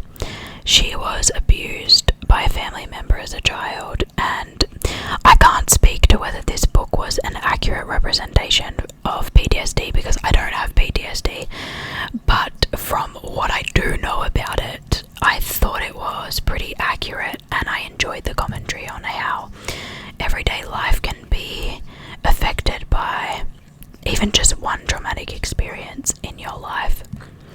This book does get quite dark at times, but it was honestly refreshing to read a book that doesn't shy away from talking about these things in depth. I think it's so important to talk about different mental health issues in depth and not to glamorize them, but to talk open and honestly about what it's actually like. This book also grapples with a lot of interesting questions about how trauma affects people, and it shows differently in different people. The main character was frustrating at times. It's like that friend that gives you really good advice but doesn't follow that advice for themselves. That's the best way I could sum up her character, which again, that had me ripping my hair out at times, but also it felt very human, and I think the author did a really good job of sort of touching on those normal, mundane boring human things, but they all feel so unique at the same time, and how every experience can be unique. I did enjoy that book. And the last book I read in May was my May 2025 book club read, and that was The Queen by Yasmin Yahya. Or Yahya. I'm not too sure how to pronounce her last name. I will say, the advertising for this book is completely off. I saw so many people online talking about how this book was about a Palestinian woman, like grappling with her roots, yada yada yada. It wasn't really about that at all. Like, the fact that she's Palestinian was mentioned maybe once. The two things that I really loved: short chapters. I love short chapters in books. Second, the copy of the book I have has such this little detail that I absolutely loved, that when you, I forget what they're called, but when you ruffle the side of the page, there's this little coin that animates, and it animates to spin. And I just thought that was such a unique and awesome little detail that I loved. As I said, the marketing was way off. I don't really get why people were saying this book was about a woman who sells designer bags. Like, that is such a small subplot of the book. The book is more about like how this woman is consumed by capitalism and living this luxury lifestyle. But she's completely aware that she's quite a vapid person. She criticizes power and money, but does nothing about it, and continues to spend her inheritance on all of these materialistic things. She is a teacher, which was also interesting, and I found, like, I saw people online saying they didn't like this subplot where she basically uses quite unique teaching methods with these kids, but I thought it was fun and quite interesting. And from personal experience, like, the teachers that I have had that are a little bit more quirky are the ones that you actually learn stuff from, and more importantly, remember those learnings. And like I said, the fact that she was from Palestine had nothing to do with her storyline, and I felt like that it was thrown in there to monetize off the current discussion about Palestinian people.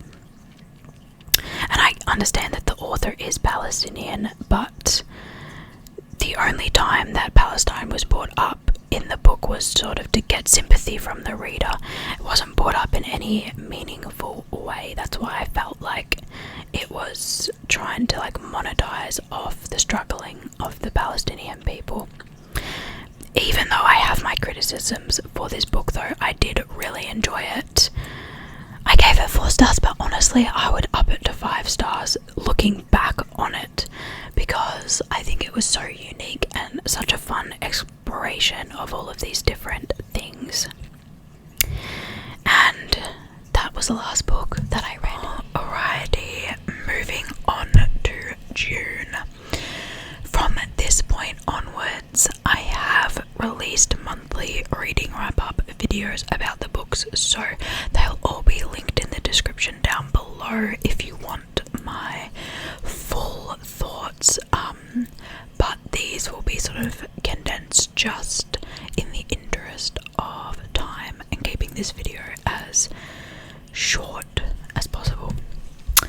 The first book that I read in June was Vincenzo Latronico's Perfection. This was a 5-star read for me. I think it just hit me at the right time because it centers around themes of like a monotony and feeling like you don't belong somewhere. And as I said, that just really resonated with me, and sort of how powerful the feeling of isolation is. Seeing the city you once loved move on and progress progress without you and feeling left behind, and watching all like the friends you've made go on to do different things, and again feeling like you've been left behind. It was just such a powerful read for me, and it really encapsulated that feeling. This one was also featured in my favorite books of the year so far video, so again, if you do want more thoughts on that one, go check out that video. The next book I read was another quarterly essay by Jess Hill on stopping family violence. This was such an emotional read. I just dropped my iPad pen, my bad. The full title is called Losing It, Can We Stop Violence Against Women and Children? This was an easy 5-star read for me. It was harrowing, like I was fighting back tears reading it, and it is so important. I again recommend everyone read this book. And I've learned so much about things like alcohol and gambling, companies that directly contribute to domestic violence, and it might not be like a correlation that you think of in your head, but for example, if you are a man who's lost money to gambling, you're like 10 times more likely to go home and commit domestic violence against your wife or your children. And same as being intoxicated, and same as sporting nights. For example, the AFL and the NRL grand finals in Australia, which are probably the two biggest sporting events in this country, are also the biggest nights for domestic violence every year. It's all connected, and I feel like you just don't necessarily always make those connections, and unfortunately, especially the AFL, which is like the Australian rules football, it is such a big lobbyist to the government and has so many contracts with both gambling and alcohol companies that they have an interest not to stop promoting those things, and that directly impacts domestic violence. So it's all these little things that are all connected, and that essay really shone a light on that for me, so I highly recommend reading it. The next book I read was Small Boat by Vincent Delacroix. This one I gave 4.5 stars. This one was also a really powerful read, and it's such a topical read at the moment as well, with all of the calls, racist calls to stop immigration into Western countries. It is based on a true story, and it is about a call center worker who is on the phone. I think she works for the Coast Guard, and she's on the phone with people who are crossing the English Channel to try and seek asylum in the UK. She is totally apathetic to their cause and essentially wants them to die. The only thing that knocked this down to a 4.5 for me was because I felt like it was a smidgy bit repetitive, but otherwise this is such a powerful read, and it's really upsetting to realize and understand that so many people are just as apathetic as this character. They do not feel any sort of empathy towards anyone that doesn't look like them, and there's also just a massive cognitive dissonance where the West is so sheltered away from all of these really bad things that are happening. Famines, genocide, armed conflicts, and because it's not happening on our doorstep, we turn a blind eye to it. And for us, we can just turn off the TV and those horrible images go away, but that is someone's life. That is millions and billions of people's lives, and this book really delves into how horrifying it is that we can be so apathetic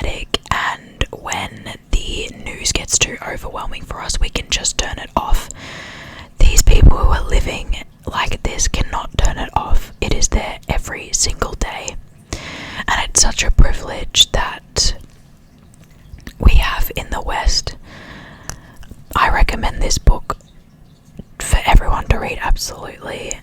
It's quite confronting, but I think it's worth it. The next book that I read, again, was a quarterly essay by Hugh White on War and Peace in the new global order. This is specifically about a post-American future, so I think that was really interesting. I did give it 4 stars.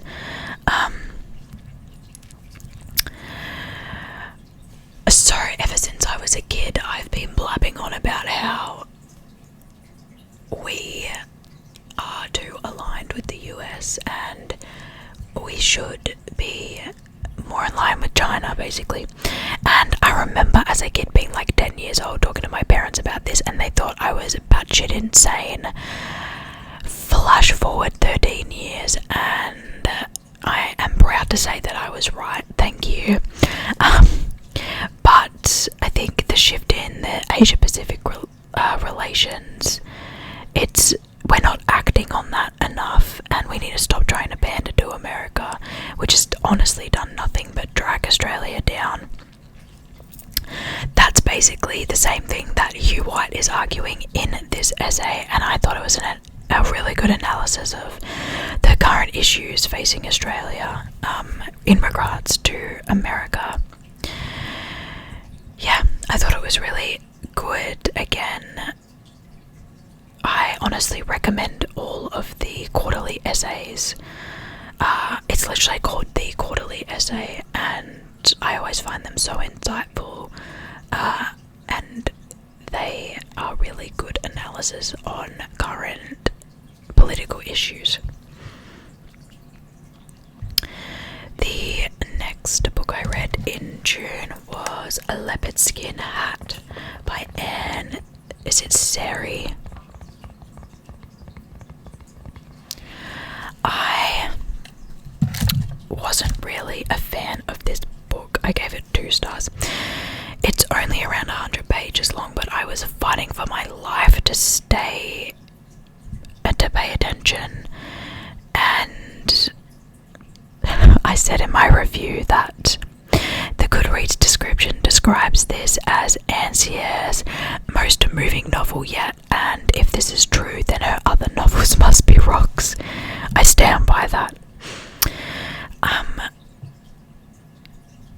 This is apparently about, I say apparently because I did not pick up on this, and I felt like this was not even part of the story, but it's about a trans woman who is mentally ill, but yeah, I didn't feel like that was portrayed very well, and there is sort of an underlying implication that she's trans because she's mentally ill, and like only mentally ill people are trans, and I thought that was kind of problematic, obviously. They also sort of mention schizophrenia, but again, I didn't really feel like, I felt like the narrator was putting all of these labels on this character when actually it was the narrator that was all of these things, if that makes sense. I didn't really like the writing style either. It was very like Georgian English, and again, this is a translated fiction, so it could be to do with the translation, but yeah, no, I was not having it. The next book that I read in June was Giovanni's Room by James Baldwin. I mean, this is a classic, and this is how you do it. If you want to talk about marginalized communities, this book,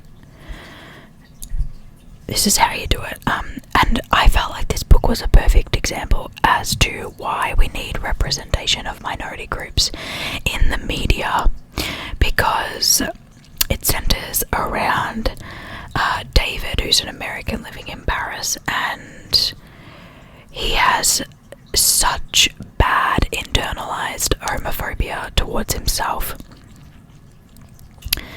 He cannot stand the fact that he is attracted to men and wants to be in relationships with men, and he continues to pursue women out of shame and fear of being who he really is. And one of the things that is brought up in the book is the fact that, like, there's no one else who is outwardly gay, and that's why I said that I think this book really shows how important it is to have representation in the media, because there's nothing worse than growing up and never seeing someone that looks like you or acts like you in the mainstream media. And that is changing now, but it's still, people are still getting annoyed when there is a black person cast in a role that was traditionally thought of as white. But that representation is so incredibly important, and that was the main takeaway that I had. I gave it 4 stars. I said I didn't really have much to criticize. I think this book is just very, very, very hyped up, and it didn't fully live up to my expectations, but that doesn't mean it was bad. It was very good. I think the expectations for it were just higher than that, and the ending messed me up, can't lie. The next book that I read in June is called Not Now, Not Ever by Julia Gillard and other authors. 10 years on from the misogyny speech, if you aren't aware, or maybe like 15 years ago now, Julia Gillard is the only female Prime Minister that we've had in Australia, and she was treated like absolute shit by everyone around her, the media, her, like just the general public. People threw stuff at her when she was out in public. They threw Vegemite sandwiches at her.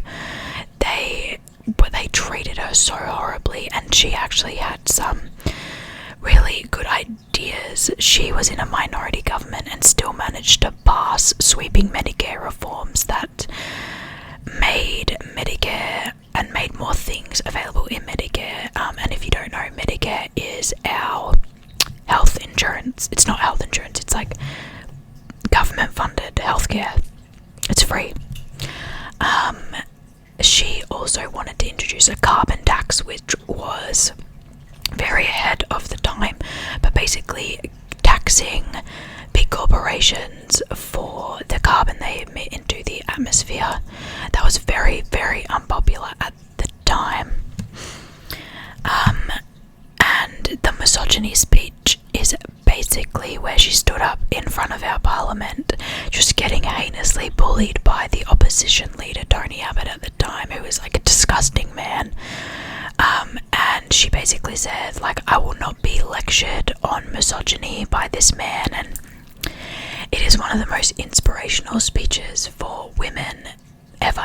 If you've been online and are in sort of feminist spaces, you would have definitely seen it before. This book is a collection of different essays by different women about how that speech sort of affected them.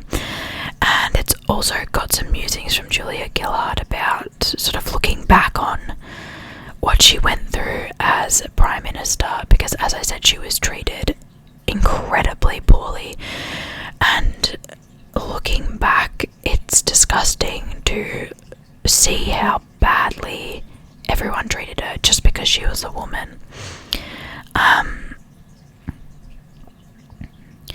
Yeah, I thought the book was good. I gave it 4 stars because I wanted more insight from Julia herself. She only had about 2 chapters, and I wanted to hear more of her thoughts. The next book I read was Heart Lamp,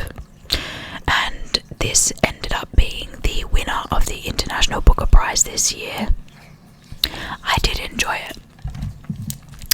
I went back and forth. Originally, when I read it, I gave it 3.5 stars, but after further thought, I upped it to 4 stars. I thought it wasn't the best entry for International Booker Prize, but I do understand why it won, and I think it is important. Basically, the author is shedding light on the atrocities that women face in India on a day-to-day basis. Like, sexism and misogyny is still very, very rife. Women are still completely oppressed. It is really horrible, and I didn't realise the extent until I read this book. And at the time of reading, I did find it hard to get into it. But there were 2 stories that really, really stood out to me. Black Cobras and Heart Lamp. Both, I think, encapsulated what this short story collection was really about. And they were essentially showcasing the oppression of women in Islam and how poorly they're treated under the guise of religion. It was honestly heartbreaking to read those 2 stories, and they're works of fiction, but one of the things the author was really adamant about was they're fiction, but they're true to life. These are things that women go through on a daily basis. And it was just really upsetting to read, honestly, and confronting. A big problem in India and in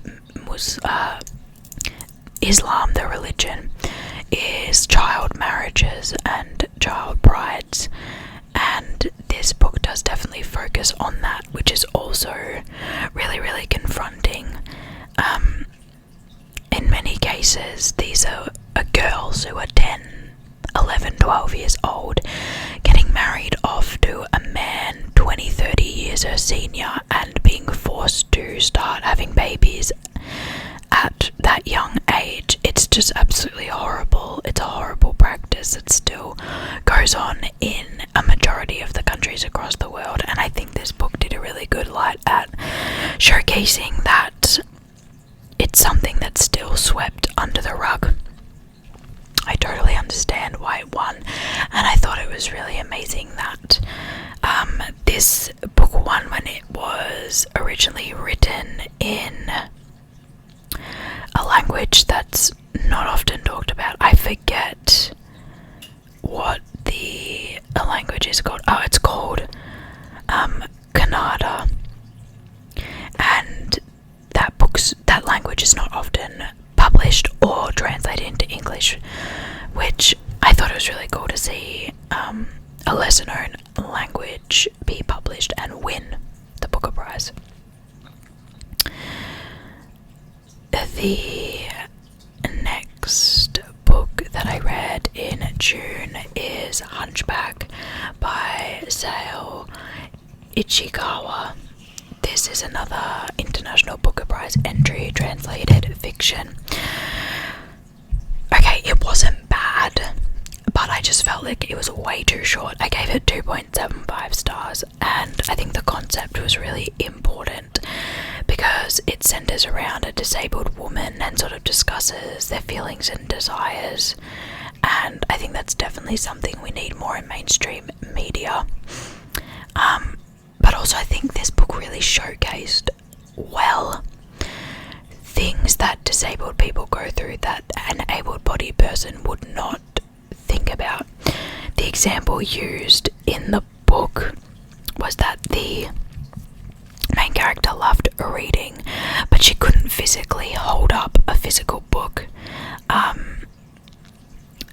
and using an e-reader is her only option to consume books. But there's a lot of stigma online that if you read using an e-reader like a Kindle or a Kobo, or even just like on your iPad, it's not real reading, it's not an actual book, and same with audiobooks. And this is just one thing that I guess you wouldn't think about if you're an able-bodied person, that a lot of these things were invented for people with disabilities so they could enjoy the same things that an able-bodied person would. And I thought that perspective in the book was really well. I wanted more exploration of those themes, but the book turned so sexual and it was really weird. I didn't like it. And I understand that, like, I encourage the exploration of disabled women and their fantasies and desires, but there was like this weird power dynamic with her carer and herself. It just felt really weird to read, and I wasn't vibing. I wasn't. The next book that I read is Fight Like a Girl by Clementine Ford. This book I did enjoy. I read 2 of her books in a row. This one I gave 4 stars. It's a very easy read. She's also an Australian author. She's a very dry humour, which I've heard people complain about, but it's a very Australian humour, so I liked it. But I can understand if you aren't familiar with like the Australian humour, you would find it quite like brash. This book was sort of an intro to feminism, I would say. I didn't really learn much from it, but I can imagine if you're not familiar with the concepts that Clementine Ford talks about, you would find this book really beneficial.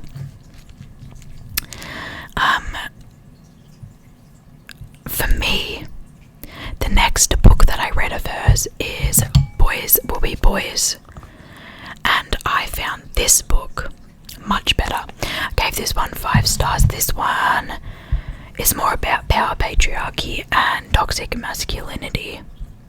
The first one is more about just like misogyny, and it's a sort of autobiographical, talks about her experiences.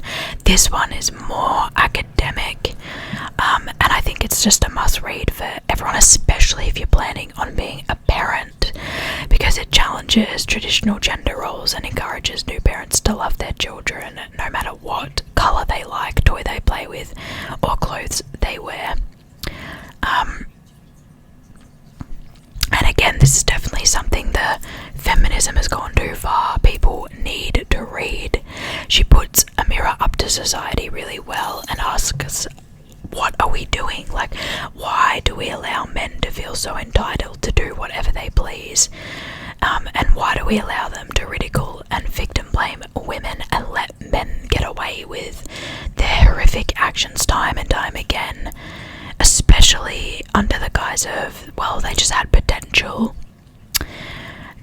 And it was really, really powerful, basically asking, like, why do men have all of this potential but the woman doesn't? And yeah, I just found it really powerful. It was such a good read. She manages to like encapsulate female rage perfectly, and the sadness and hypocrisy of men's rights activists. But this book is easy to read and easy to digest, so, and I thought her writing was a lot stronger than her first book as well, so that was awesome. I liked to see the growth. The next book I read in June was Greta and Valden by Rebecca Kay. Is it Riley? She's a New Zealand author, and I'm not sure if she's Maori or if she's just New Zealand author, but I really enjoyed it. I gave it 4 stars. It's a family drama and it is messy. If you've seen the TV show Shameless, specifically the US version, it's similar to that, but like in the best way possible, and even better because it was like set in New Zealand and we share a lot of similarities, and I actually got the references, which is awesome. It was like relatable. I enjoyed both of the main characters, especially especially Felden. I thought he was so funny. Both of the main characters are queer, which I really liked.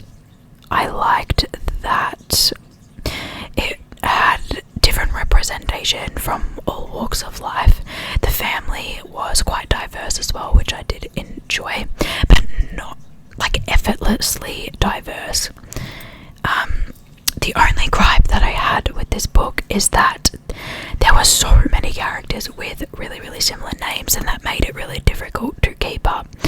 There's a name guide in the front of the book, but I'm lazy and I didn't want to constantly be flipping back and forth. There's V, Vlad, and Vlad. They're all different people. There's Greta, Jep, and Jen.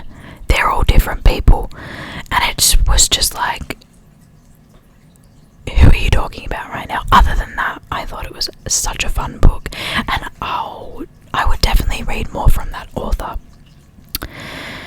The next book I read in June was Under the Eye of the Big Bird by Hiromi Kawakami. I enjoyed this. This was also on the International Booker Prize list this year. I gave it 3 stars, and I get it, but I also absolutely don't get it. I knew what the book was about before reading it, so it was spoiled for me, but that did not make it make sense. I was still questioning, like, how the hell is this about, what it's about. It's really hard to talk about without spoiling it, but I was confused. There were pockets of like interesting thoughts and ideas, but I thought they were few and far between, and I couldn't tell if this was meant as like a dystopian warning or if it's a work of speculative fiction. In saying that though, this is the best book that I have read by Hiromi Kawakami, so take that as you will.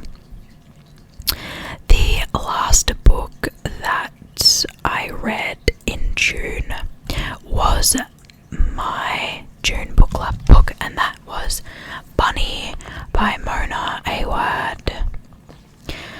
I really enjoyed this book. This is the exact type of like crazy girl fiction that I love.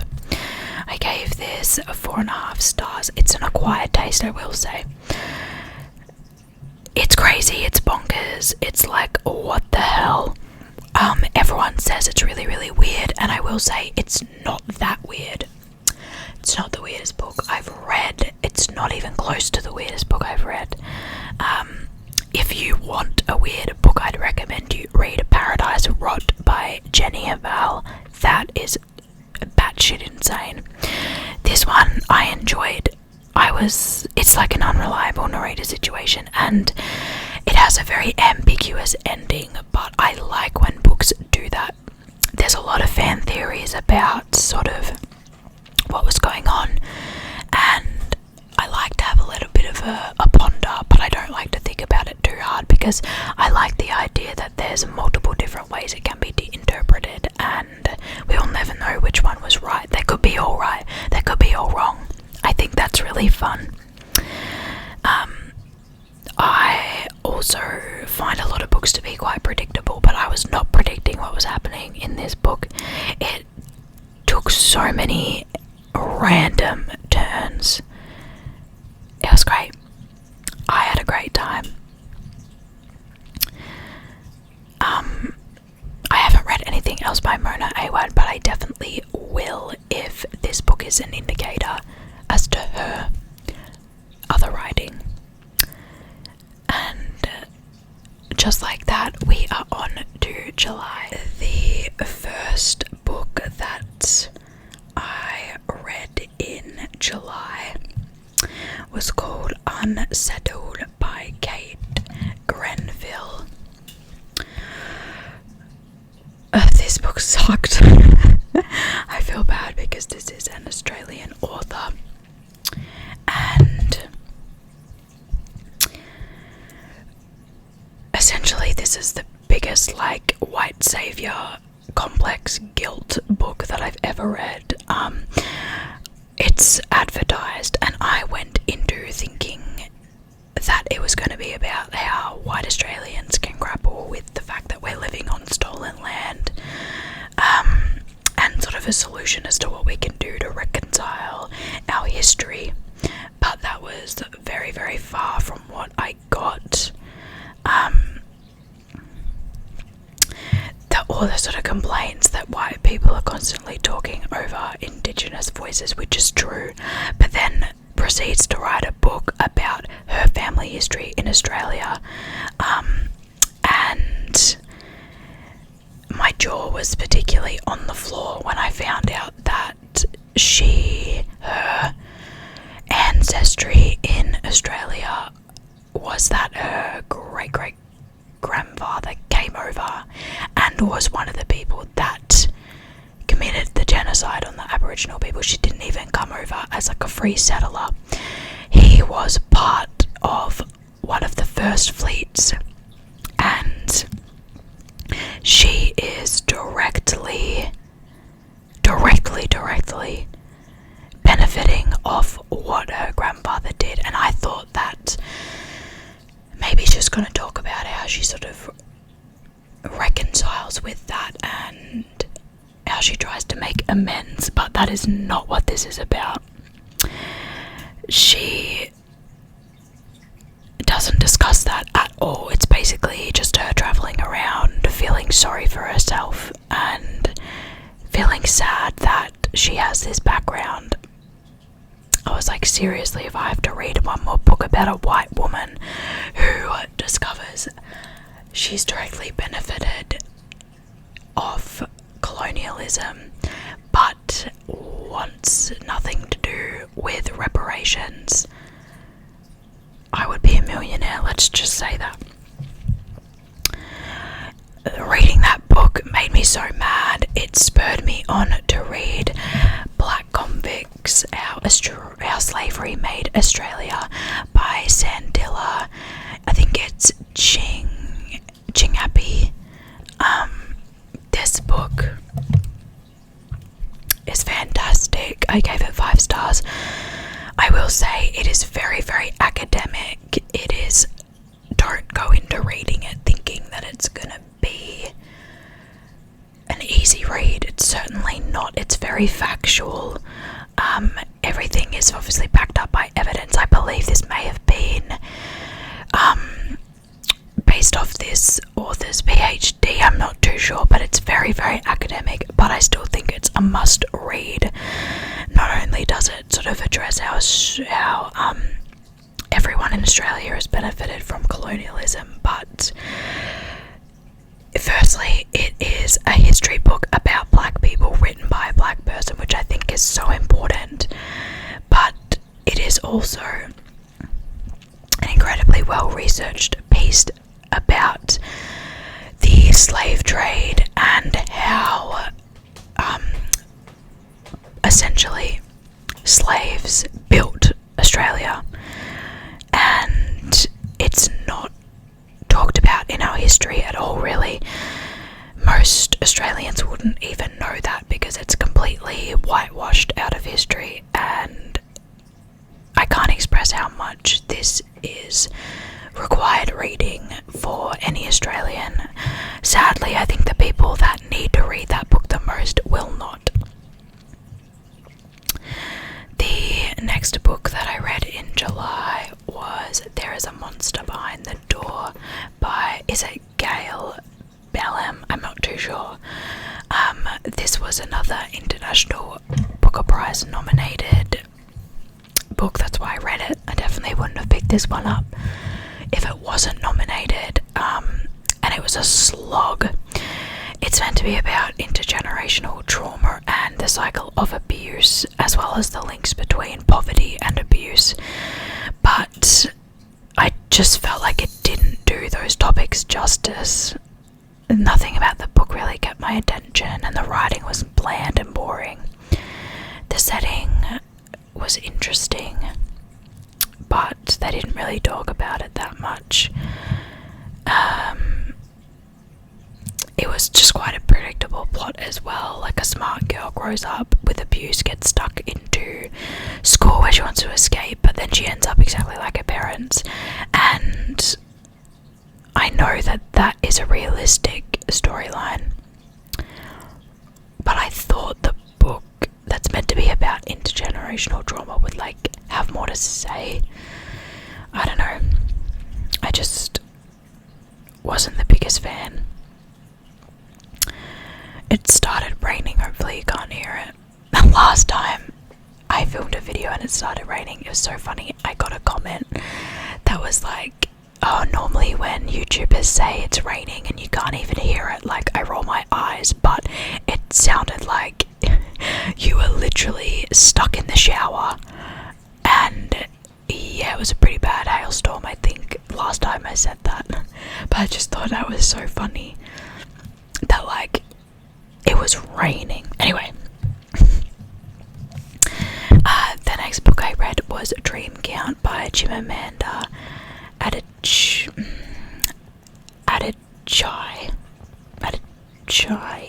I'm not too sure, sorry. I really need to get pronunciation guides on names because I'm not very good at it. This book I enjoyed. I've heard it's not Chimamanda's best book. I gave it 3.5 stars. It follows 4 friends. They're all at sort of different stages in their life. I didn't really like 3 of the women's stories. I thought they were quite bland, but there was one character called Cadiato,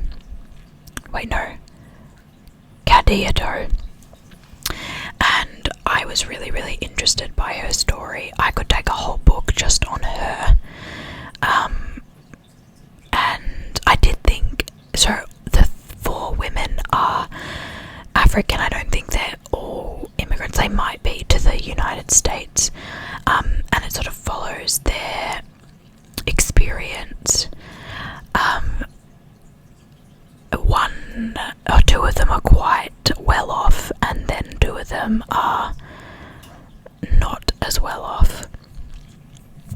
I found like there was a Nepo baby character, and I didn't really like her. I am jealous of her life though. Basically, she's like fully funded by her parents, and she's a travel writer, living my dream life, but I didn't really feel like her story had anything interesting to say. There was Sakura, who was a successful lawyer. Her plot point was that, like, she's dating a man who's a loser, basically, and I was like, that's just disappointing. And Omiko, I did like her, actually. She was quite secure in being alone, but unfortunately she defrauds Nigerian people by funneling their money into offshore accounts and defrauding the Nigerian government, which I thought was also disappointing. I was like, finally, like a girl boss babe, independent woman, but she is a complete scam. So that was disappointing. But as I said, Cadiato, her story was amazing, and I could just read a whole book about her, basically.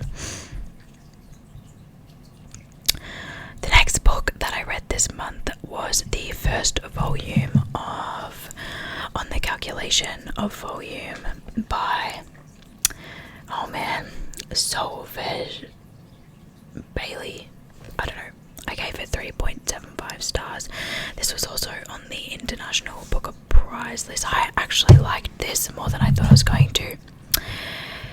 It's essentially the concept of string theory, but for literary nerds instead of science nerds, and I do read mainly literary fiction and politics books, but I am fascinated by science. I think it's incredible, specifically like space science and stuff like that.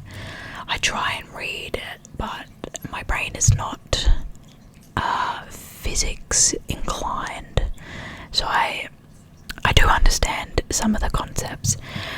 String theory very, very basically says that there's a universe that exists for every decision you make, aka like a multiverse situation. It's a lot more complex than that, obviously, but I could see that concept explaining what happens in this book. Tara made a decision and continued on in a new universe rather than the one that she was originally in, if that makes sense. If you read the book, I feel like you'll understand what I'm talking about. This is meant to be a 7-part series, and I'm very, very interested as to where the author takes it. I've got the second book on my shelf to read, and I've just ordered the third one. I'm just gonna quickly grab them because I actually think these books are beautiful.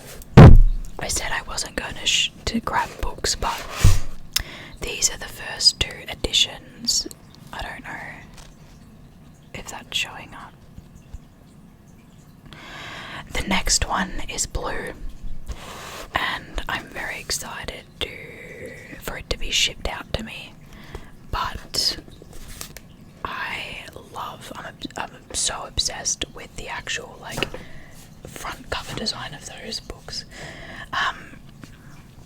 I get it. I get why people don't like it, I will say, but I think the way the author makes you feel so stuck reading the book is exactly how the main character felt and portrays her emotions perfectly. I was actually blown away at how the author managed to do that. I don't know if you can see my cat in the background, but also the idea that she's sort of grieving the loss of her husband even though he's still there. I thought that was such an interesting concept because essentially, this is spoilers, she wakes up and lives the same day over again. It's like Groundhog Day situation. And she goes home at first and her husband sort of wakes up new every single day, and he forgets everything that they do in the day, and like every day she has to explain to him why she's back.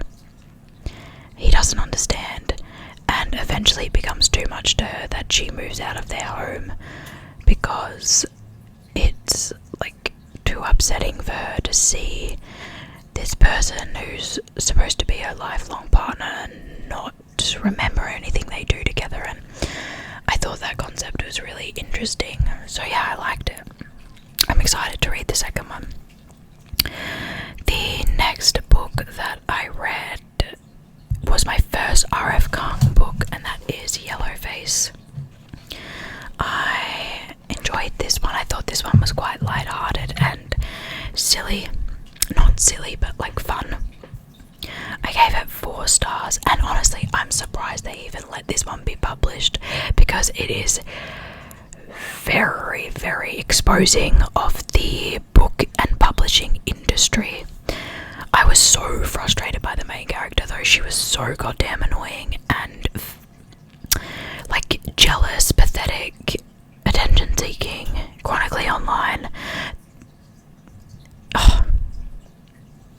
She had me like pulling my hair out, but at the same time it was such a fascinating idea for a book, and I thought R.F. Kung did a really, really good job of writing this book. I haven't read anything by her. Oh, actually, that's a lie.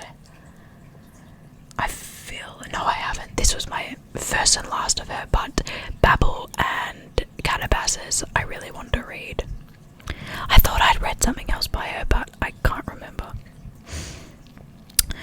The next book I read, it's a controversial one. It's a big boy, and that is A Little Life. This one's by Anya Yanigara. I understand why people don't like this book, and I understand why people love it. I gave it 5 stars, and I cried 5 times. It was an emotional roller coaster, and I don't know if I'm going to be able to talk about it without giving spoilers, so that's your warning. But up until halfway, I really wasn't enjoying this book. I totally understood all the criticisms that I've seen about it being trauma porn and leaning into the stereotype that queer relationships are abusive, and like peddling the belief that disabled people's lives aren't worth living. But as I read more and more, I started to like the book more and more. I can't recommend it to people lightly though, because it is so triggering, and even I was getting triggered reading it, and I feel like I have a pretty strong stomach. I don't normally get triggered by reading books that often. So I would definitely check the trigger warnings before you read this, but just quickly, it does cover things like child abuse, child prostitution, rape, domestic violence, self-harm and suicide, but at the same time I felt like it was important to read because I think it tells a story that it may be uncommon, but there are so many people who have gone through similar things to Jude, and they can live normal lives, they can have romantic partners, and they can have successful careers. I think this book gives like the reader a well-meaning dose of empathy for people from all walks of life, and I think it's a reminder that you truly never know what someone's going through, and it's so important to be kind. You know what, I'll leave it there on that one, just because it's such a talked about book. If you haven't read it, it's probably for a reason at this point, because it has been out for a while and it's very popular. Check the trigger warnings before you read it though, that's what I would say. The next book I read was The Ballad of Songbirds and Snakes. This book ruined my life. I'm a massive Hunger Games fan. I've been since I was a child. I grew up reading the original trilogy, so this is my Taylor Swift, okay? This book was incredible. I think this book gets a lot of hate. I think people don't appreciate it for like the masterclass in writing, specifically about propaganda. My review on this is insanely long. I'll just show you, I'll just flick through because I had so much to say. This book goes beyond the Hunger Games universe. It is incredibly thought-provoking, and it discusses so many societal issues through Coriolanus Snow and Dr. Gall. And I think we can learn so much about indoctrination versus, and like what is taught versus what is learnt. I have been thinking about this book every single day since I finished it. It is like living rent-free in my mind. I'm also really upset because I don't think the movie did the book justice, but I will say Tom Blythe, who plays Coriolanus Snow, is very sexy. I think he looks fabulous in that blonde wig. At the beginning of the book, like, Coriolanus is quite sympathetic to the rebel cause. He does not believe that the Hunger Games are necessary, nor does he believe that they're right. And he sees the negative impacts of war. He grew up watching his parents die in the wars. And I think through his relationship with Lucy Gray, he sort of realizes that the people in the districts are just like him. And that's dangerous to the capital, that sort of thinking. Which is why Dr. Gall sort of takes over and makes Coriolanus a little pet project. And I think we see the two sides of this, like, fighting in his mind. He wants to be successful, he wants to continue the Snow legacy, and that's important to him. And he believes that upholding capital beliefs is the only way he can do that, but he also falls in love, and his entire worldview changes through Lucy Gray. And I think you can see both sides of him fighting up until the very end. Yeah, I thought it was incredible, honestly, and I think personally that he did love Lucy Gray, but he also loved the control he thought he had over her, and he loves that he is a winner because of her. And he realizes, or like, Lucy Gray is quote unquote wild. She doesn't fit into the mold, and I think he soon realizes that he would never have true control over her. And that, in combination with the fact that she's the last person that knows his secret, that causes the issue at the end. I don't want to spoil it, but also I think jumping forward to the original trilogy through the banning of the Covey songs and the banning of the Mockingjay, he starts to hate the underdog, and he sees Lucy Gray in Katniss, which is why he wants to fight so hard to control Katniss. He knows that Katniss believes that there's inherent goodness to everyone, just like Lucy Gray did, and like Lucy Gray told him in the woods. And that's like control and contract, which is the teachings of Dr. Gall. I will say about the ending that I think Lucy Gray knew Coriolanus had figured out that she was the last thing standing in his way from heading back to District 12 after he found those guns, but I don't think she ran running away from him on purpose. I think he thought she did, and he was so caught up in his mind thinking that Lucy Gray was trying to kill him, and it wasn't until he started screaming into the woods that she actually ran away. I think the propaganda from Dr. Gall made him believe that she was an animal from the districts, and that led him to completely misinterpret what was happening and then ultimately ruin his life forever. Yeah, that solidified Dr. Gall's teachings, and any good that was left in him died in those woods.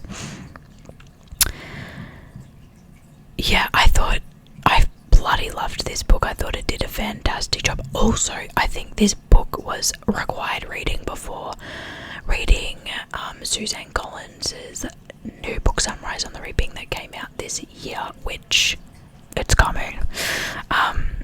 Snowland's on top, except he sucks, except he's sexy in like a Patrick Bateman way. Anyway, I'm crazy, I know.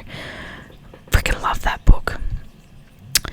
The next book that I read in July was called Come Right Around by Alan Governor. This was random. I found this book through a Goodreads list, I think. It was on the Goodreads most anticipated releases of 2025, and I think someone paid good money for it to be on the list because it sucked. I gave it 0.25 stars, the lowest possible. Cringy dialogue, cringy inner monologue, horrific and triggering events were used as like the main plot device, and then the author had the gall to write a male character who questions whether the female wanted to get raped. Again, why is this the second book that I'm reading this year that has that same storyline? He essentially says like she wore a dress so she was asking for it and all of this stuff, and I hated it, or I'm not even spending any more time on it because it sucks so bad. And the next book that I read this month was Hot Milk by Deborah Levy. This was my first Deborah Levy book, and I didn't really enjoy it. I thought it was a mum book, but I lent it to my mum and she didn't like it, so never mind. I gave it 2.75 stars. It was a meh. I think like it's about a complex relationship with your mum, but I didn't feel any sympathy towards the mum in this book. I found her so insufferable, and the main character Sophia goes to such lengths to care for her, and I feel like it's undeserved because she's so horrible to her in return. Yeah, I don't know. I've got a few other Deborah Levy books on my shelf to read, and I will read them, but this was a fiction book, and I think she's more known for her non-fiction and her 3-part autobiography, which is what I have to read. I was just disappointed because I thought I was going to be more interested in it than I actually was.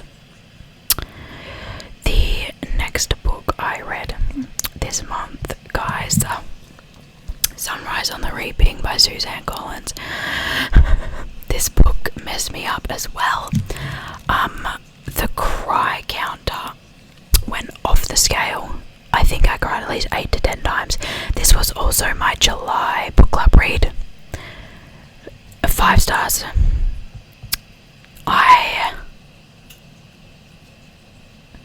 Okay. Again, this might contain spoilers, so if you haven't read it, what are you doing though? Just read it. As I said, I think Tebow Sass, The Ballad of Songbirds and Snakes is required reading for this book because you get a lot more context in regarding the Covey, the naming conventions of the Covey people, the songs and their meaning, why Snow knows so much about District 12, and why he hates them, info about the 10th Hunger Games and why no one knows the victor other than those just from District 12, why Snow hates an underdog, the gravestone of Lucy Gray, and definitely more, but that's just what I can remember off the top of my head. It makes so much more sense and is so much more devastating if you read Tebow Sass, so I recommend it.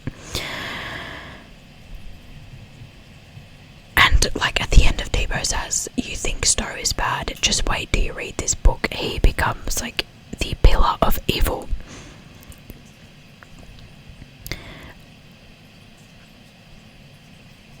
I also said, can we acknowledge that pretty much every Hunger Games book ends with the main character of the book wanting to run away into District 12 forest because shit's so fucked. It's funny to see the parallels, but it's obviously intentional, and I said I love Suzanne Collins for that. So sneaky, so clever. She just has a way of tying things together that is really incredible. This book had me shook to my core. This book was amazing. The cruelness of Snow cannot be topped. In this book, he did so much, and you'll read it and you'll just be like, holy shit. There we get background on beloved characters like Beatty and Wyrus and Max, which I loved, and you also get to understand why Haymitch is so close to them, why he wants them for the allies for Katniss.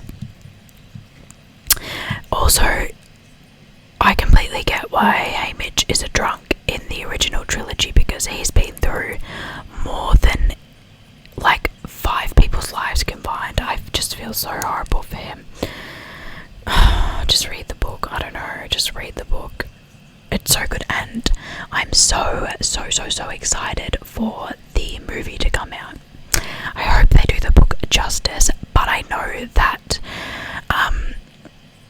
I forget their names, but the people playing Haymitch and not Luella, what's her name?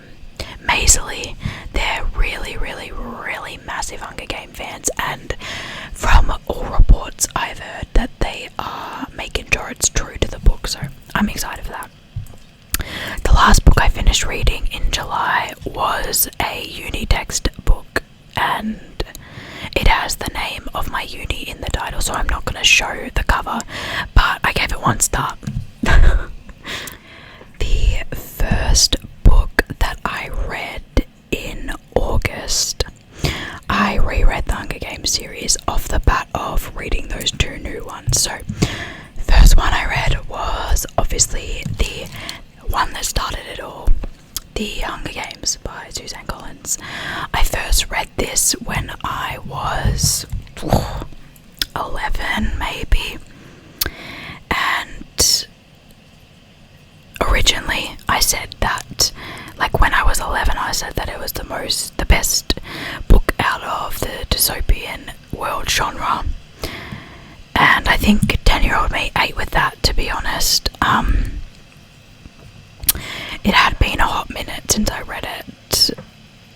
I do watch watch the movies regularly though, because I love them so much. And honestly, this book is way more young adult than I remember.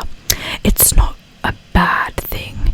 It's like very in the demographic of the young adult audience, which at the time I first read it, I was a young adult, so that makes perfect sense why I wouldn't pick up on that. But rereading it, I thought it was definitely of that genre in a way that I think the two new books weren't. They were a lot more adult. This book's a banger though. So emotional, even though I knew it was going to happen. I was sobbing the whole time. This one for me was a 4-star. The next book that I read was Catching Fire. Second book in the Hunger Games series, also by Suzanne Collins. This book is my favourite, 5-star, read, easy. The cliffhanger, I forgot there was a cliffhanger at the end of this book. Shook. And this is easily the best book in the original trilogy and the best movie in my opinion. You get all the drama of the first games, but you have an all-star cast and higher stakes. And not to mention how diabolical it is that Katniss and Peter have to go back into the games after just winning. I think the pacing of this book was perfect as well. I like that you spend more time outside the arena, getting a vibe for what it's like, and like the Victoria tour and stuff like that. But I also think you get a good amount of time in the arena. The actual arena is a banger. Great arena. And you get some of like the beloved characters as well, like Warrior Speedy, Joanna and Finnick. Best allies Katniss could have asked for. Yeah, I think that one is like the best. And then of course we've got Mockingjay. This is a great book. I don't know what went wrong with the movies, and even in saying that, the movies aren't that bad. They just suffered from the time, which was to split the last book into 2 separate movies. They should have just made like a 3-hour long movie. This is a 4.5 stars for me. It's devastating, and I cried a lot. And I honestly just don't have much to say. Like, the impact the series has had on me throughout my life is so profound, I struggle to put it into words. I think Suzanne Collins' books are such an incredible warning that we should never be used as a pawn in the government's game, and that we can always fight back. Literally divided we fall type situation. Yeah, I don't know. The Hunger Games series is just one of those ones that I think everyone needs to read, and even though it's a fiction book, there's so many parallels to real life that you can take. Literally the day I'm recording this, Donald Trump just announced a Patriot Games where a man and a woman from every state will compete in these games, and I'm like, the Hunger Games who? Like, Suzanne was predicting the future. The next book that I read in August was Luster by Raven Leone. I didn't like this book. I wanted to like it, but I didn't. I gave it 1.75 stars. It was a little bit too angsty for me. Classic age gap relationship. Girl in her early 20s with guy in his mid 40s and 50s cheating on his wife. Classic book trope that I'm so sick of reading. It's so overdone. I think we need to stop glorifying shitty men. It's not a slay girl boss moment. It's allowing shitty men to get away with anything that they want. So sick of it. That's my feelings on this book. Didn't like it. The next book I read, my opinions will probably be controversial because this is pretty well liked, and that is Tomorrow and Tomorrow and Tomorrow by Gabrielle Zevin. I thought this book ripped off A Little Life, but it's for nerds basically. From the chronic illness in the legs to being best friends for decades, like finally getting together, to one of them dying, to following the story from when they're in college to middle age, flashbacks, non-linear storylines, etc, etc, etc. It's A Little Life. This author has just ripped off A Little Life. I could see the similarities from the moment I picked it up, and of course people like this book because A Little Life is a good book. When you copy a good thing, the copy is also probably going to be good. Yeah, that's just what it was. I don't know what else to say about it. I'm kind of over it, and it's disappointing. The next book I read is Demon Copperhead by Barbara Kingsolver. This is a classic based on David Copperfield by, is it Shakespeare? I think. I could be getting that wrong. I don't know if it was a faithful retelling of that story, just with an Appalachian twist, because I haven't read David Copperfield, but I really want to walk the Appalachian Trail eventually. I'm so fascinated by sort of the folklore, and obviously the scenery is amazing, it's stunning, it's beautiful. And I think the sort of the political case study is quite interesting as well, especially in terms of the lack of education and the direct ties to poverty. This was just really sad. Demon is the main character, and he is living a really hard life, one that is quite common though in Appalachia. There is like drug use and opioid addiction, which is also a big problem in Appalachia at the moment, and I think the story is quite common, like the drug addict parents, foster care, falls down the rabbit hole the same as his parents, but I didn't feel like it was overdone in this book. It felt like I was reading a totally new story, and I think that's a testament to Barbara's writing abilities. She's a really fantastic writer, and even though it's not the most original idea, I was still engaged and I wanted to keep reading. Yeah, I really enjoyed it. I wasn't bored at all. I gave it 4 stars. The next book I read in August was Dusk by Robbie Arnott. This is an Australian author.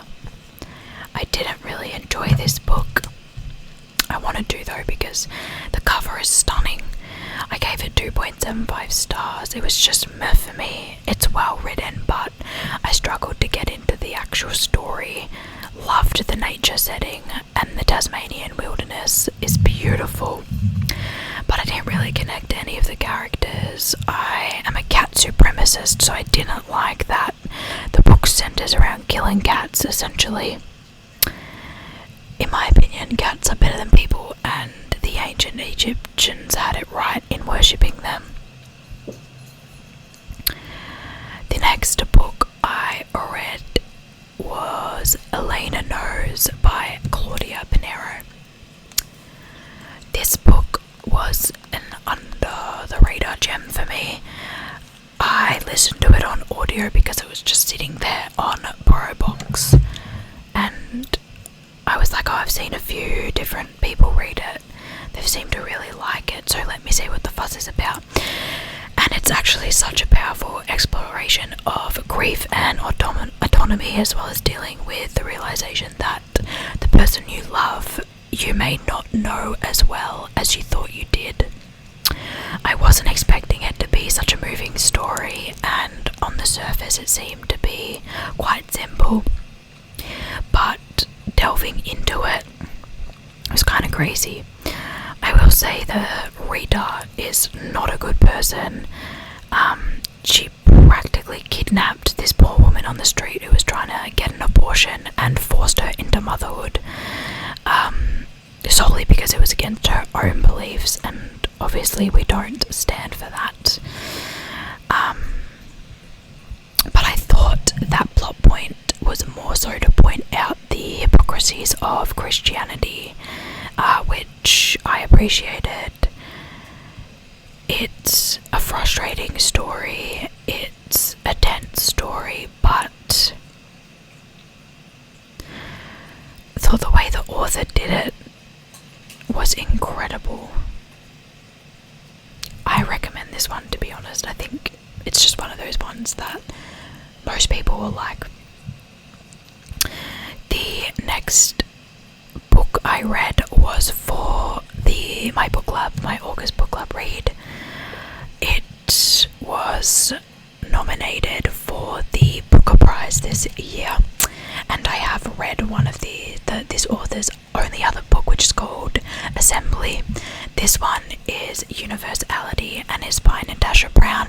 In my opinion, Assembly is 10 times better, but I didn't even enjoy that book that much. I gave Assembly 3 stars and I gave this one 1 star. Assembly does what this book was trying to do, just better. I was so confused.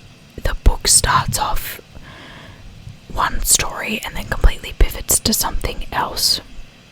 The opening chapter literally has nothing to do with the rest of the story, and I didn't get it.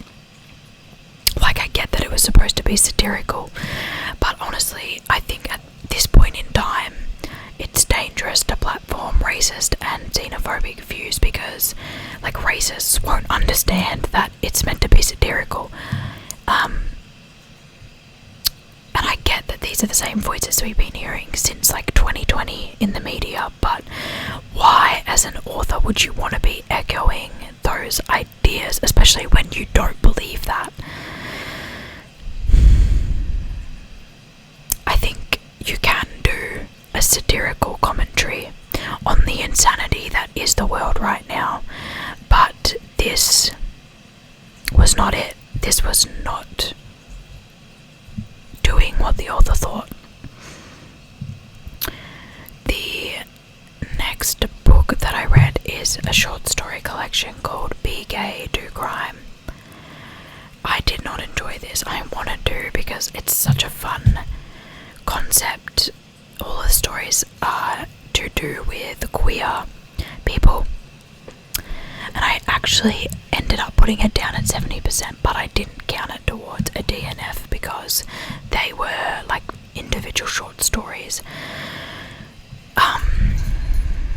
Yeah, I don't know, I found a lot of the stories really boring and I struggled to maintain interest. There are a few that I thought would have made good full-length novels, in particular Redistribution and Bad Dog, but there's a thing with short story collections. They're either too short and you want more, or they're too short and you don't get anything out of them. And I think there's way too many stories in this. There was like 16. It was a drag to get through them. The next book I read in August was The Book of Disappearance by Ibatsam Azim.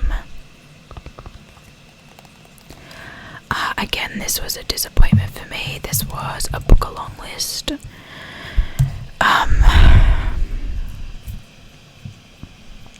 I liked some aspects and I disliked others. I thought the concept was really interesting, but I didn't think it was fully fleshed out. Essentially, the story is about if one day, what if we woke up and all of the Palestinian people in the world, specifically in Israel, just disappeared. The book barely talks about that though.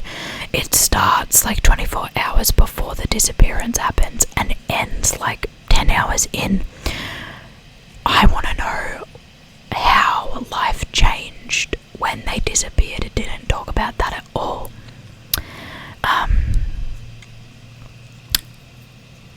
didn't like how the timelines and the characters changed chapter to chapter. Either I felt like it created a really complex storyline that was complex for no reason. It didn't add anything to the story. Yeah, it was a disappointment, which is sad because I thought it was an interesting concept. The next book that I read in August was The Yellow Wallpaper. It's not loading for some reason. Here we go. The Yellow Wallpaper by Charlotte Perkins Stetson.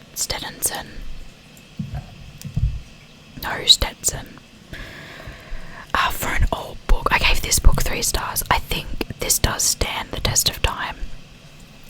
The main thing that's sad about this is that women's health issues are still not taken seriously. The whole point of the book is to show how absurd it is that women's health issues are not taken seriously, and that's exactly what is still happening to this day.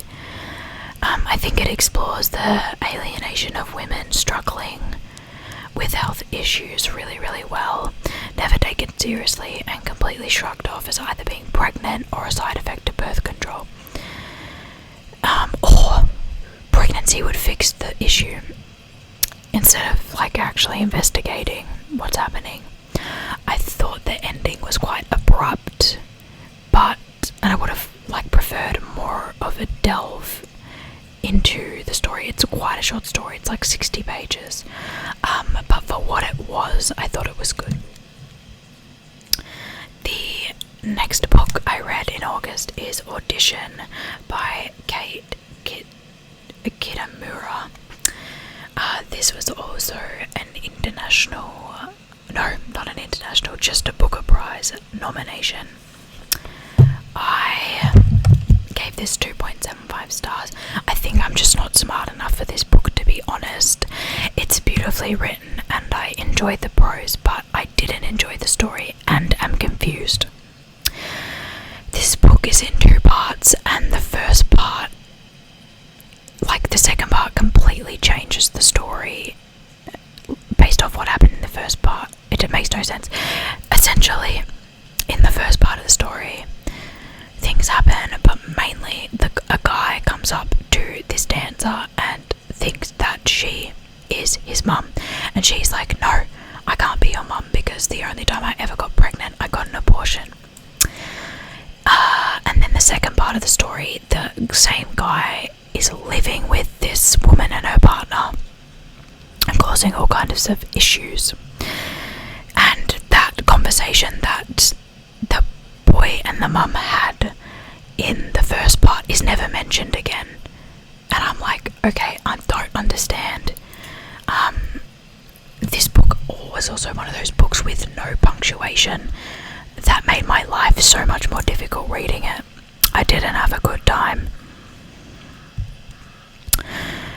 The next book that I read in August was Crying in H Mart by Michelle Zorna, who is the lead singer of Japanese Breakfast. Didn't know that.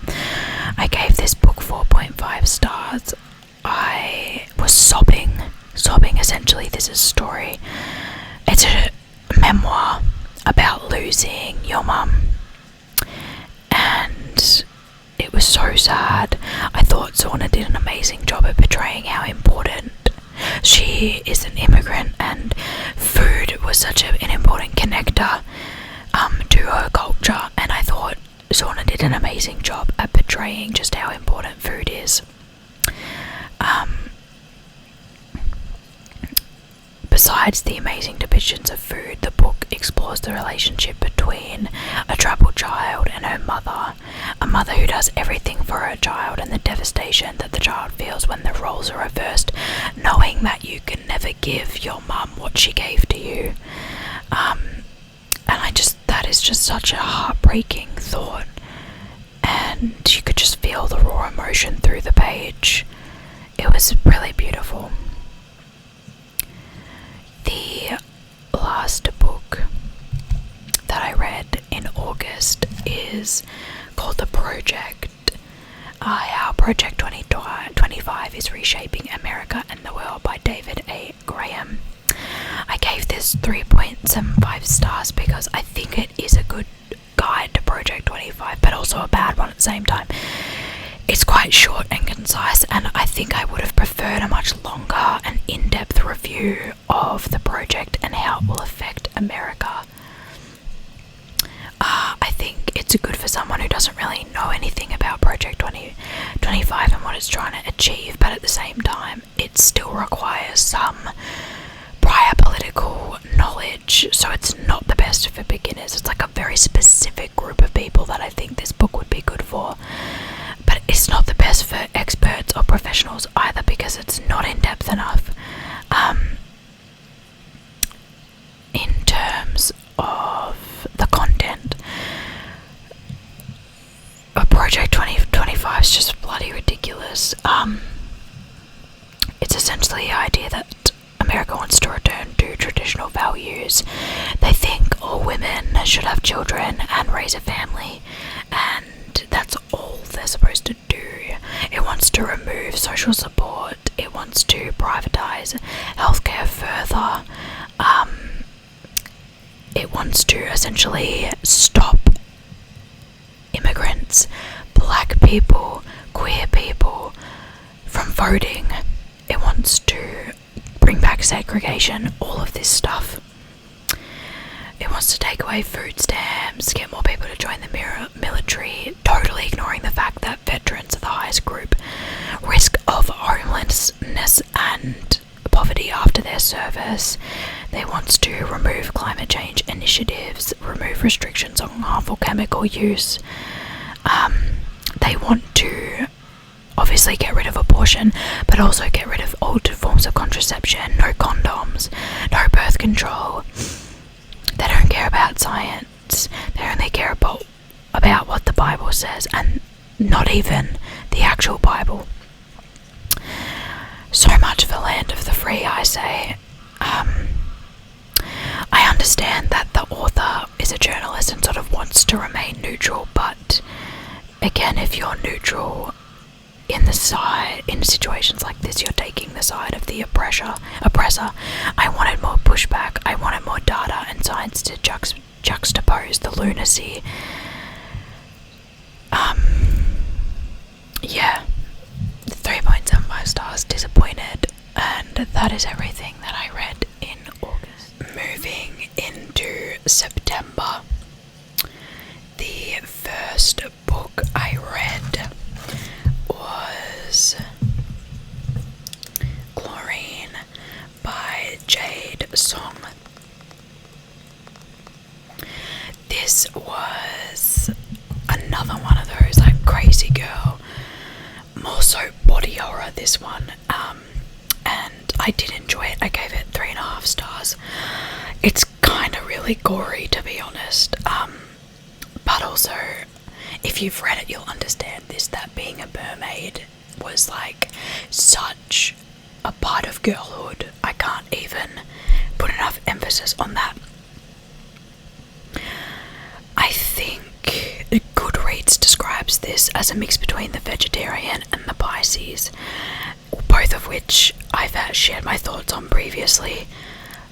I don't think it was, but I can understand why people do think that. I think it could have been more succinct. I think if it was 75 pages shorter or so, I would have enjoyed it a lot more. But I didn't find any of the dialogue to be as cringe as in the vegetarian or the Pisces. The only reason people say that it's similar is because it touches on some similar themes, specifically with the Pisces, about like mer people. It was quite gory though, I will say. The next book that I read in September is The Safe Keep by Yale Evander Walden. I really did not like this one. I thought it was so cringe. My opinion is unpopular though. I gave it 1.5 stars, and I am really sad because I wanted to like it. I even bought the hardcover copy because I thought it was a beautiful cover. And I thought I would love it, but I found the characters to be so obnoxious. I couldn't even bear to read anything to do with Isabel because of the way that she spoke. I just found it so cringy and embarrassing. All of the sentences were like half finished. They interrupted each other all the time, and it was every time they spoke, and I just found it was horrible to read. I did not have a good time, and I was not enjoying it.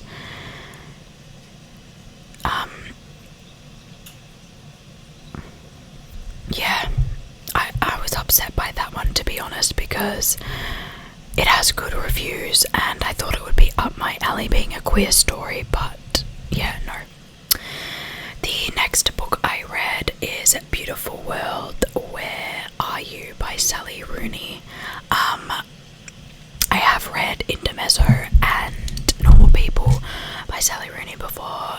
It was in a previous year, that's why it's not in this video.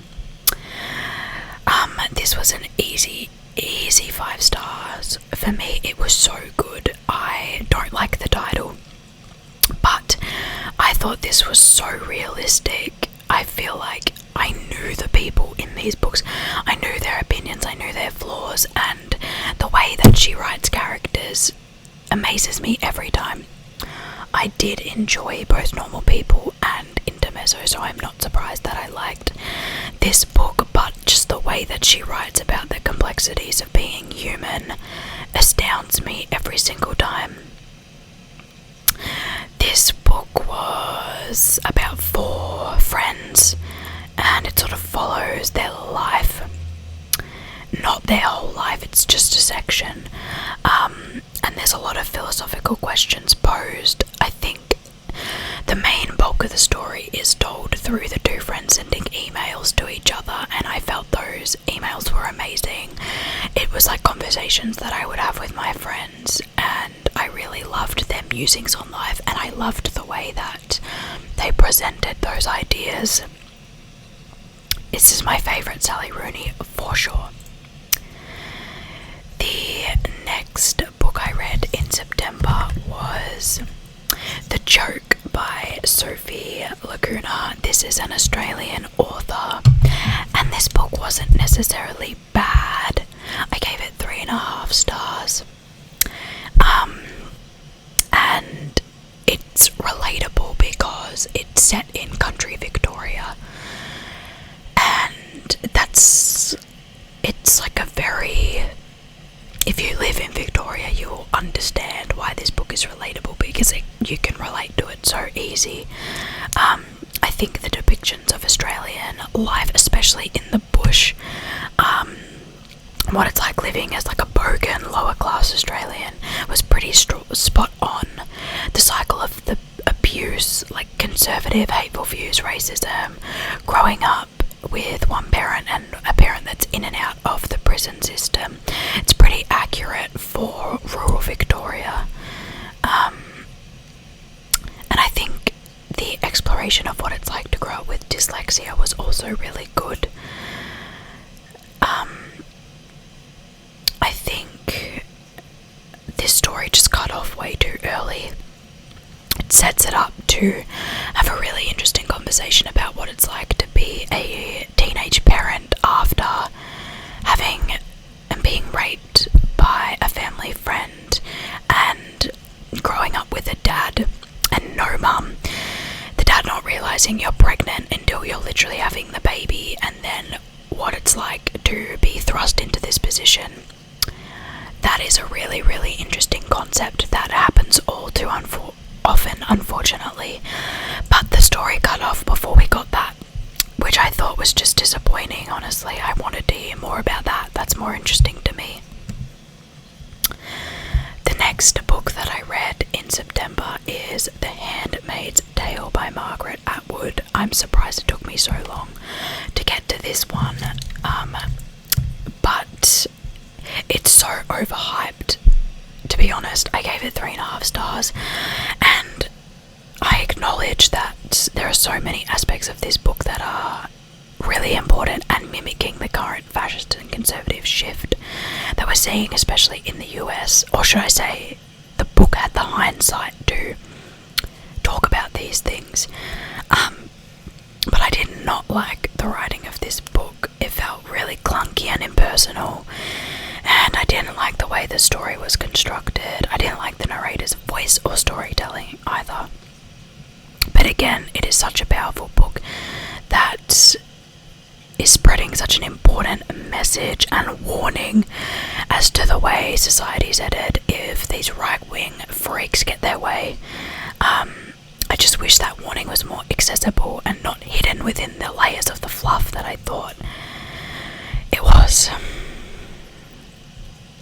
Disappointing again. The next book I read, I actually audioed, but it is What Kind of Creatures Are We by Noam Chomsky.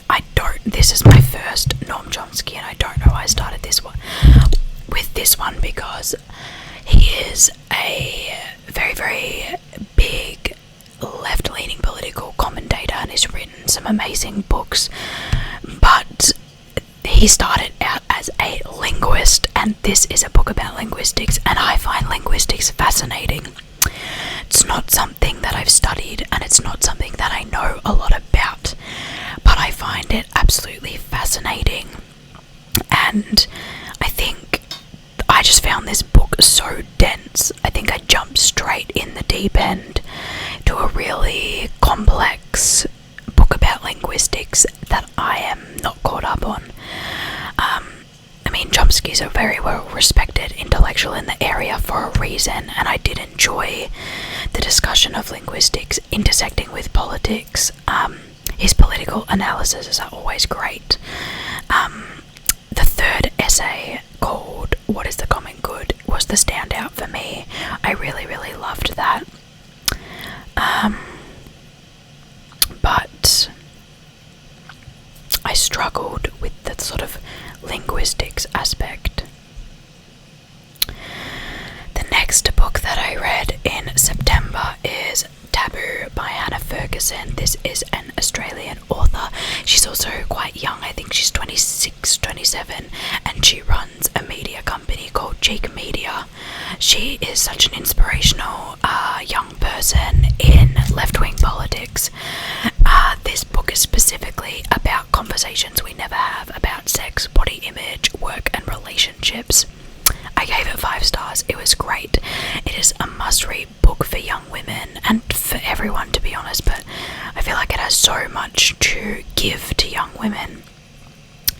It did contain a lot of information that I already knew, but the way that Hannah compiled and interwove the facts and statistics with her own personal experiences definitely made it more engaging.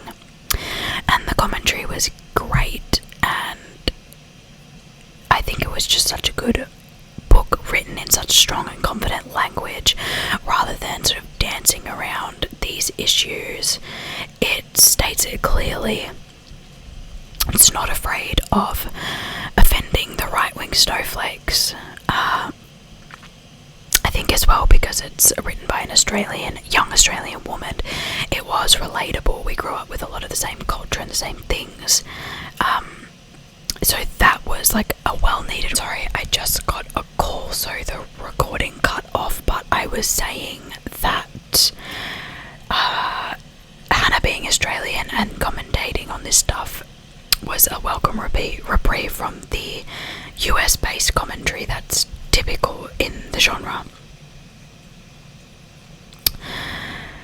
The next book that I read in September was I'm Glad My Mum Died by Jeanette McCurdy. I don't know why sometimes this focuses and sometimes it doesn't. I really enjoyed this book. Again, this is a memoir.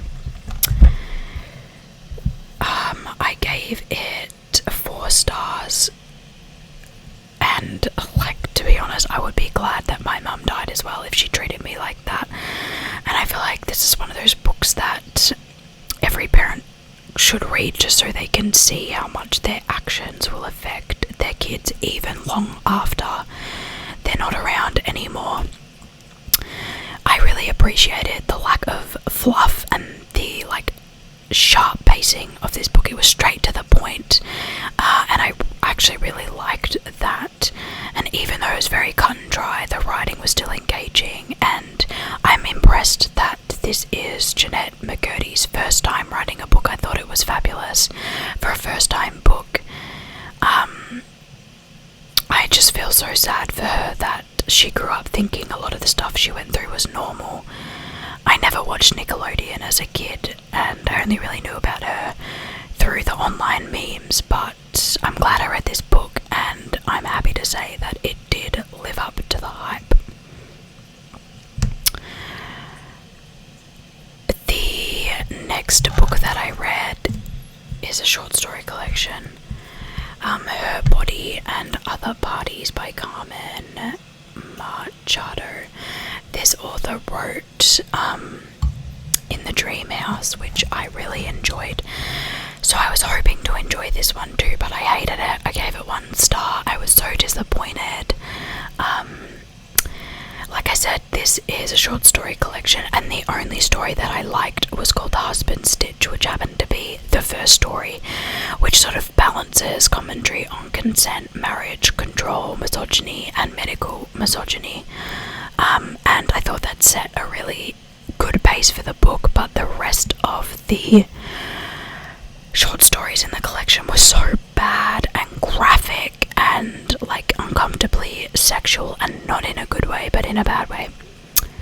It felt like a Wattpad story, which I did not enjoy. So yeah, that's all I have to say on that one. Honestly, it was not good.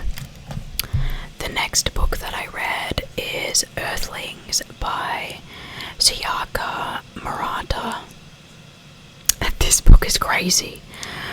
This book is a weird girl book, and that actually lives up to the hype of being a weird girl book.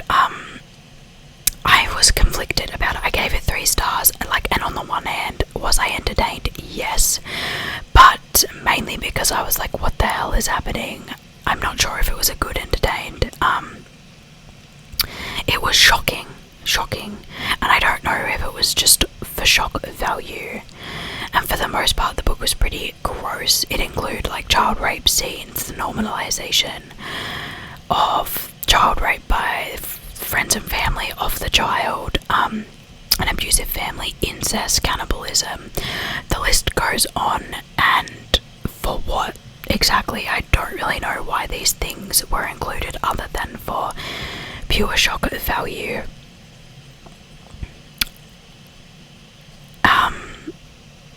This is a Japanese translated fiction, and I did say in my review that I'm not sure if this is a cultural difference about like overbearing and obsessive families, but once the main character became an adult, she was like in her 30s, her parents were still like trying to control her life basically, and it was so frustrating. I was just like, can you actually leave your grown-ass child alone? It's none of your business what they get up to.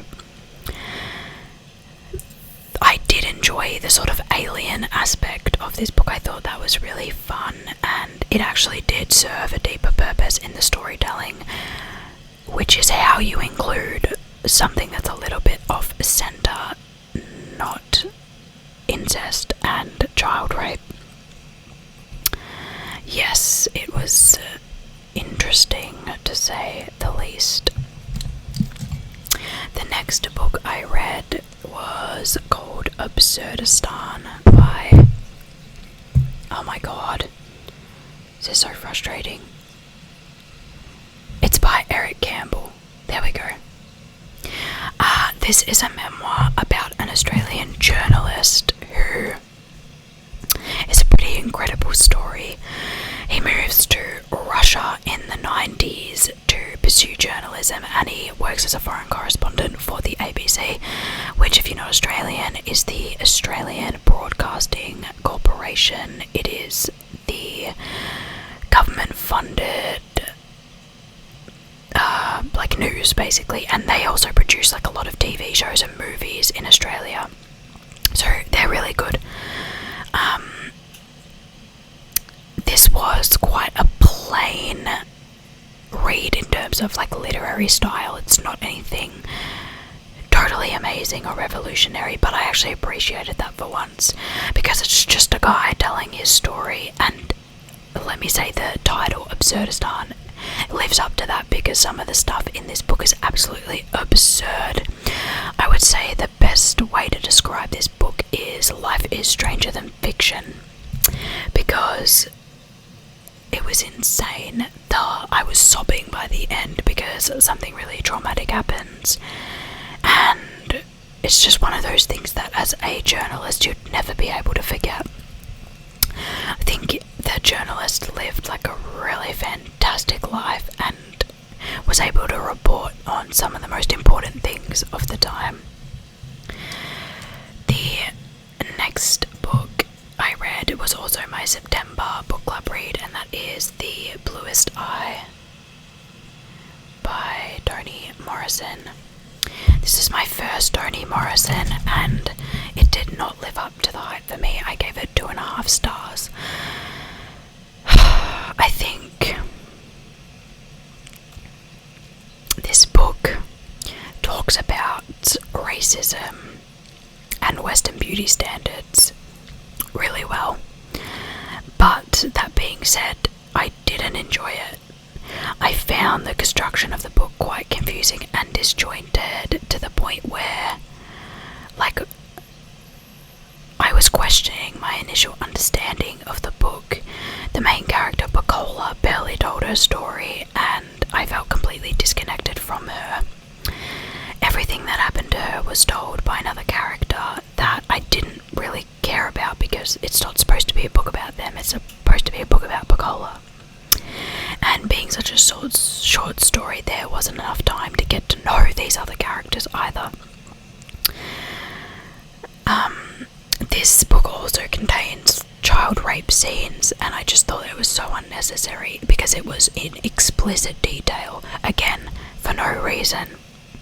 I feel bad for not liking this book because it is very well loved, and I do understand the cultural significance, but the writing was not for me.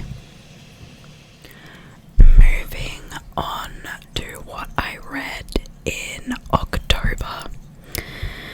I started the month out strong, I would say, with a 5-star read, and that was Martyr by Kaveh Akbar. This book was really good. The author is originally a poet, and I think you can tell that, but this is his first full-length novel, and it honestly left me speechless. It sort of explores the idea of being an immigrant and the idea of martyrdom, and that meaning something to all different people. There were so many good quotes in this book as well that really resonated with me. The main one, I'll read it. It says, "Everyone in America seemed to be afraid and hurting and angry, starving for a fight they could win. And more than that even, they seemed certain their natural state was to be happy, contented, and rich.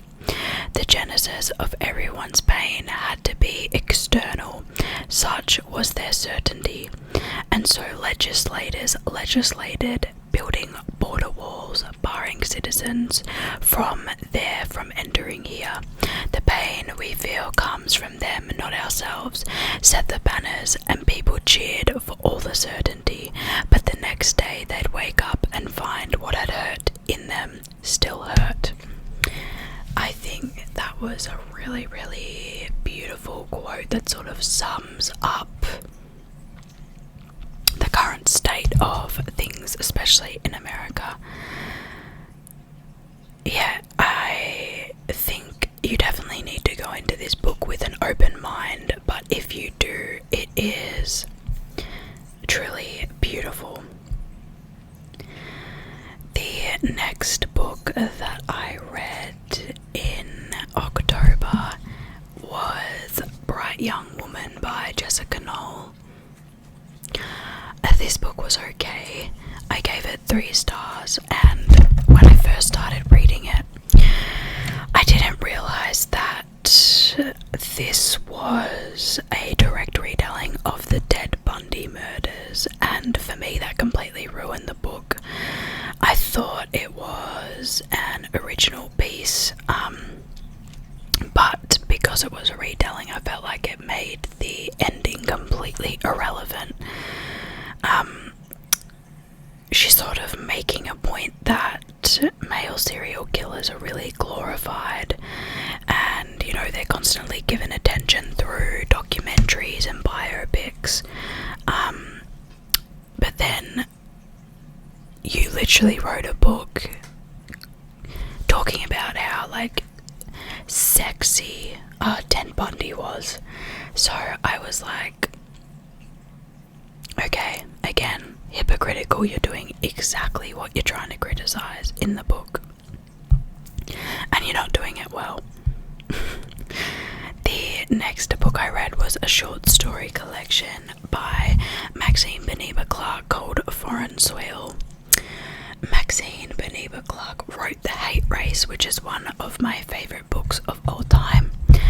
That's a must read for everyone, and I was excited for this, but I didn't know this was a short story collection, and I didn't really like it. I gave it 3 stars. There was one story that I really liked about an immigration lawyer trying to help people stuck in detention centres in Australia, but other than that I didn't really like any of the stories, which is a shame because I think she is a good writer. The next book that I read in October is I Want to Die But I Want to Eat, Teok Poki, and tragically this author recently passed away. I did read this before she passed away, and I do feel kind of bad about giving it a low rating. I gave it 2.75 stars. It was a very unique book, and I didn't realise going into it that the book is entirely, essentially written through and conveyed through transcripts of a therapy session. And I think there was a lot of thought-provoking ideas, but I didn't really think that the therapist did a good job. The therapist sort of knew that this author had issues with like people pleasing, and she would be doing that in the therapy session, and the therapist wouldn't really acknowledge it or challenge it. I think it is important to sort of write books about mental health struggles, but I just think this one didn't do the best job. Sorry, my cat was eating off a plate on the kitchen bench. Classic. The next book that I read in October was The Adventures of Tom Sawyer by Mark Twain. This was I haven't read any Mark Twain before this book, and there's a reason that I did read his 2 classics. This one for me was a 3.5 stars. It wasn't really that bad, and besides the racism, it does stand up to the test of time. It is considered a children's book, but again, the language is so verbose, like not what you would read in a children's book these days. I thought it was such a good adventure story. I wasn't really into it like when I first started reading it, but as the plot started to develop, I found myself enjoying it a lot more, and there were like genuinely parts that put me on the edge of my seat. It gave me the Goonies vibes, and I love the movie The Goonies, so I'm not surprised that I did like it. But next I read The Adventures Adventures of Huckleberry Finn, and I think this one was a lot worse. I did not like this one at all. I think I gave it 2 stars. This one was a lot more racist than the first one. Yeah, I was honestly really uncomfortable, and I thought this one didn't have any of the same charm or adventure as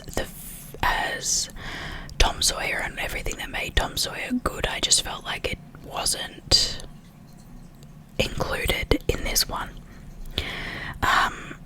The pacing was off, and it seemed to drag in the really, really boring parts of the story, but was really fast-paced in the parts that I was actually interested in. And the reason that I read both of those books is because next I read James by Percival Everett, and this is a retelling of Huckleberry Finn from Jim the Slave's perspective. This book was so much better than the Mark Twain versions. Jim was such an incredible character, and I gave this book 4 stars. It was so much better. Obviously this is a retelling of a classic, but it's not similar to the original at all. I would say maybe the first 3 chapters align us with something that happens in Huckleberry Finn, but from 3 chapters to the end it's completely new. I didn't enjoy that part of the book because, as I said, it's just exactly what happened in Huckleberry Finn, and I didn't like Huckleberry Finn. But once the second half of the book hits, it's a much more engaging story, and it really comes into its own, especially with Jim. I definitely wanted more of the original. No, not the original, the new version. And I think Percival Everett is such an incredible writer. This was my first book by him, but I do have others on my shelf of his to read, and I am really excited to read those. The next book that I read in October was Ritual by Chloe Elizabeth Wilson. This is an Australian author, and this is a new release this year as well. This wasn't bad. It's very Australian, which I didn't mind. And I would say, if I'm comparing it to anything, it's like Bunny X Mecha Cosmetica, which is like the Australian version of Sephora, but we do have Sephora as well. It's hard to explain. It's a more girly pop version of Sephora, if that's possible. I think the strongest part of this book, I gave it 3 stars. The strongest part was probably the satire and commentary on the clean girl aesthetic. I thought it was really funny because it was so ridiculous, but it did really hold a mirror up to the sort of cult-like behaviour of the wellness industry, and especially wellness brands. I found myself quite amused by the corporate speak, but I also couldn't help but roll my eyes because it's just so fake. I found it to be silly, but I thought it was a little bit too similar to Bunny, and it did become quite predictable, and Bunny just hit harder for me. Everything that I did like about this book, I liked better in that book. But I think for the right person, this would be a 5-star, especially because I can see this book really giving some people an epiphany in terms of the overconsumption and capitalism that is involved in the wellness industry. The next book that I read in October was Stoneyard Devotional by Charlotte Wood.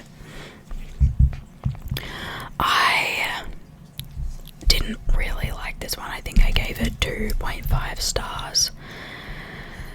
I've never experienced the level of grief that the protagonist in this book feels, and I think that's why I was sort of struggling to connect. But basically, she loses her mum, and then she moves to a nunnery, basically, and lives the rest of her life in a nunnery.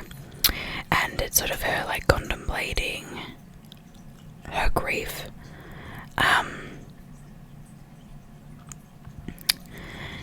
I get the point of the book, I do, and I think the main takeaway is that grief manifests itself in wildly different ways in different people, but I just found the book to be quite boring, and I wasn't really interested in what the character had to say.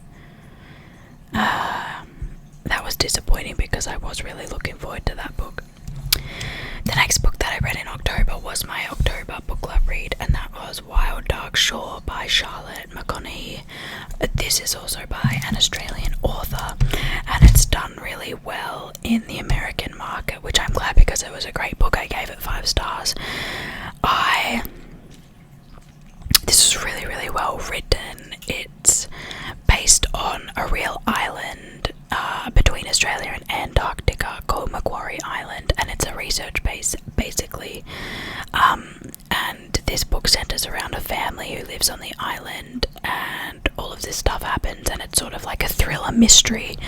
I thought the setting and the way that Charlotte talks about the nature was absolutely stunning. The thriller and mystery aspect was really, really interesting. I was on the edge of my seat the whole time.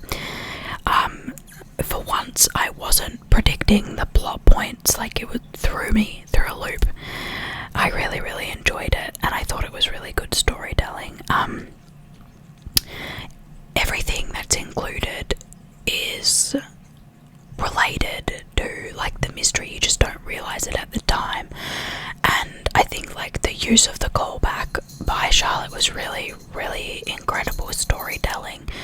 It makes you question sort of everything you've read, and yeah, I was actually blown away by that one. I thought it was really good, and I was surprised because often a lot of like the really popular books aren't that good, and they're popular because they're like direct to market, easy to read, basic concepts. But that one, I was really impressed. The last book that I read in October was called Uncanny Valley by Anna Weiner. I hated this book. It was so bad. Oh my god. I gave it 1 star. And I really don't want to be mean, but this is the type of memoir that ruins the genre for me. It was just the story of a random run-of-the-mill person in Silicon Valley. It was sort of advertised as like what it's like to be a woman working in Silicon Valley, but this person was exactly like the tech pros that she's criticizing. And it's advertised as like a tell-all, but she can't even say the name of the company. It was Facebook. I think the way it's set up, we're positioned to feel sorry for the author when she talks about being surrounded by all of these like pro-capitalist freaks. But again, I really don't know what she expected working at a tech startup funded by venture capital. It's literally in the name. Of course your job was going to be a soulless hellhole job. You're working for a tech startup. There was just a lot of little gripes that I had as well. She talks about how she aged out of the industry, and when she was 26, I was like, girl, you're 26. 30 is the new 20, so if you're 26, you're basically 16. What do you mean you've aged out? I thought that she was like in her 40s and 50s by the time that she was talking about leaving, but she was only in her late 20s, and I was like, get a grip. I don't know what to say. Like, you're talking about how toxic the tech industry is, but you are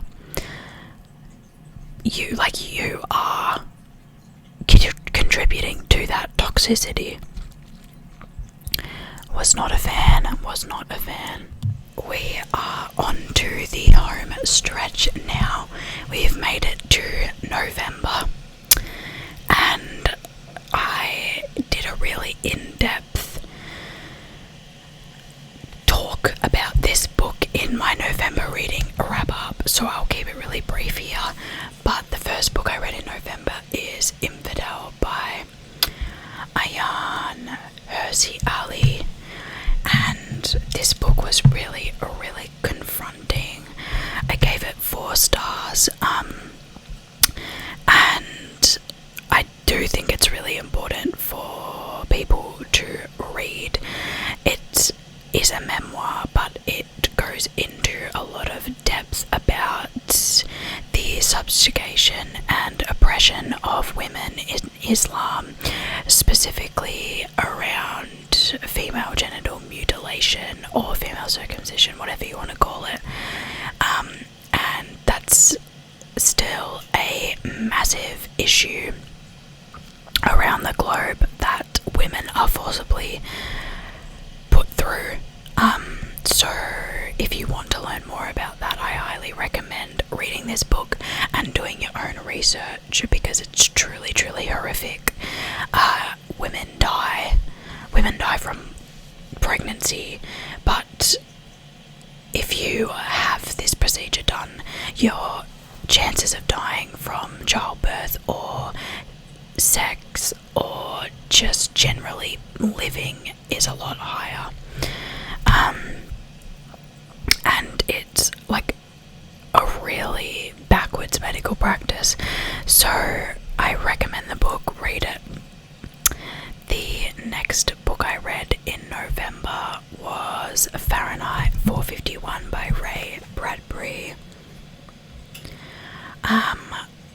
This is another one of those classics that I really wanted to like, but I didn't.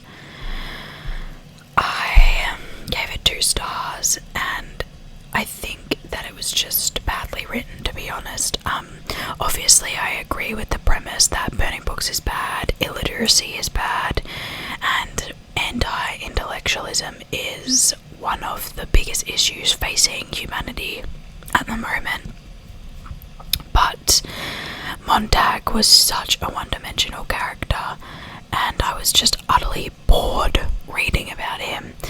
And I think his wife was really cast into this dumb blonde bimbo housewife stereotype, and it was really quite misogynistic.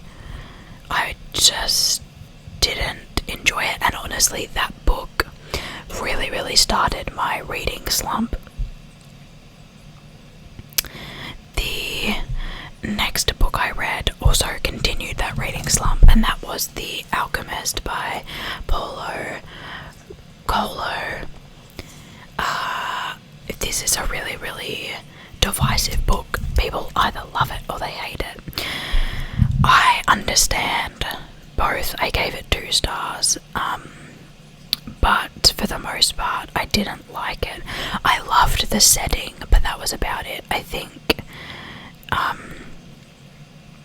I really didn't like the religious aspect to the story, and again I think this book was quite misogynistic. It was essentially peddling the idea that a man can go off and do whatever he wants and whatever his heart desires, but a woman has to stay in the village.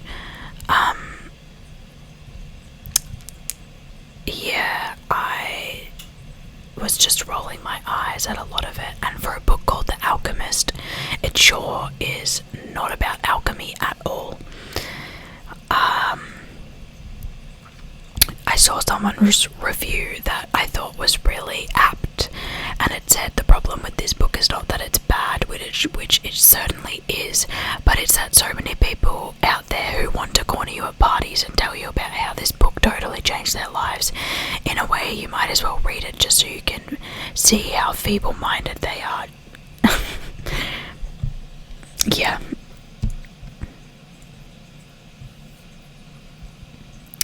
The next book I read, I didn't give a rating, and I'll tell you why in a second, but it's called Fluent Forever by Gabriel Weiner.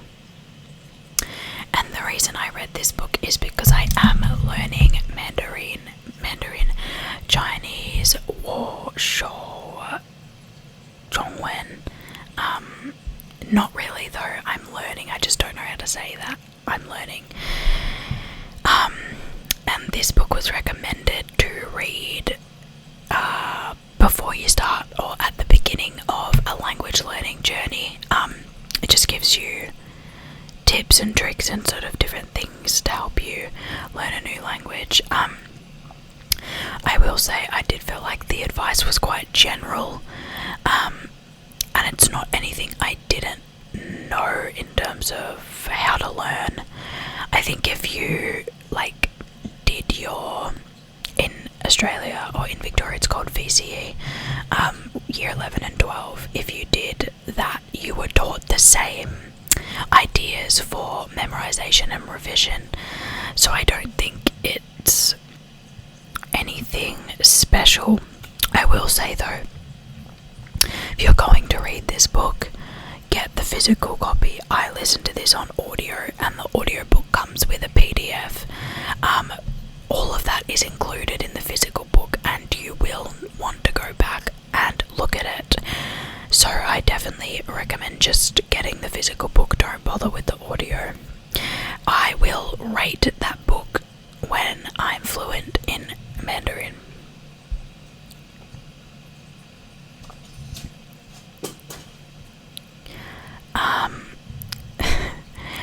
Or I'm trying to see if I can say off the top of my head, as you can tell I'm still very, very new. Or Zihan Sudian means I like bookstores. No word of a lie.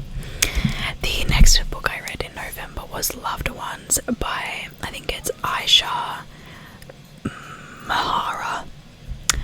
This book I really enjoyed actually. It was sort of not expected it. I gave it 4 stars. And I kept seeing this book on my local bookstore shelf and I was like, oh, I'm intrigued. But I would read the blurb and be like, oh no, actually it doesn't sound very interesting. And I saw it then for free on my library audio app and I listened to it and I thought it was really good.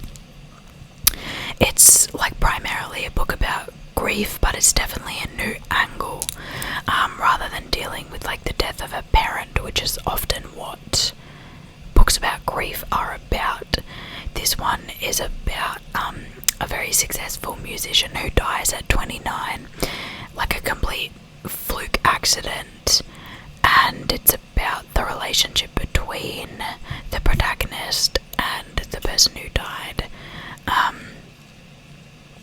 and just sort of moving through that space when the relationship is really complicated and there's third parties that make it complicated. Yeah, I thought it was really good and I think it's worth reading. The next book I read is called Open Throat by Henry Hoke, and again this one I saw it on the Libby app and I was like, oh, I'm interested.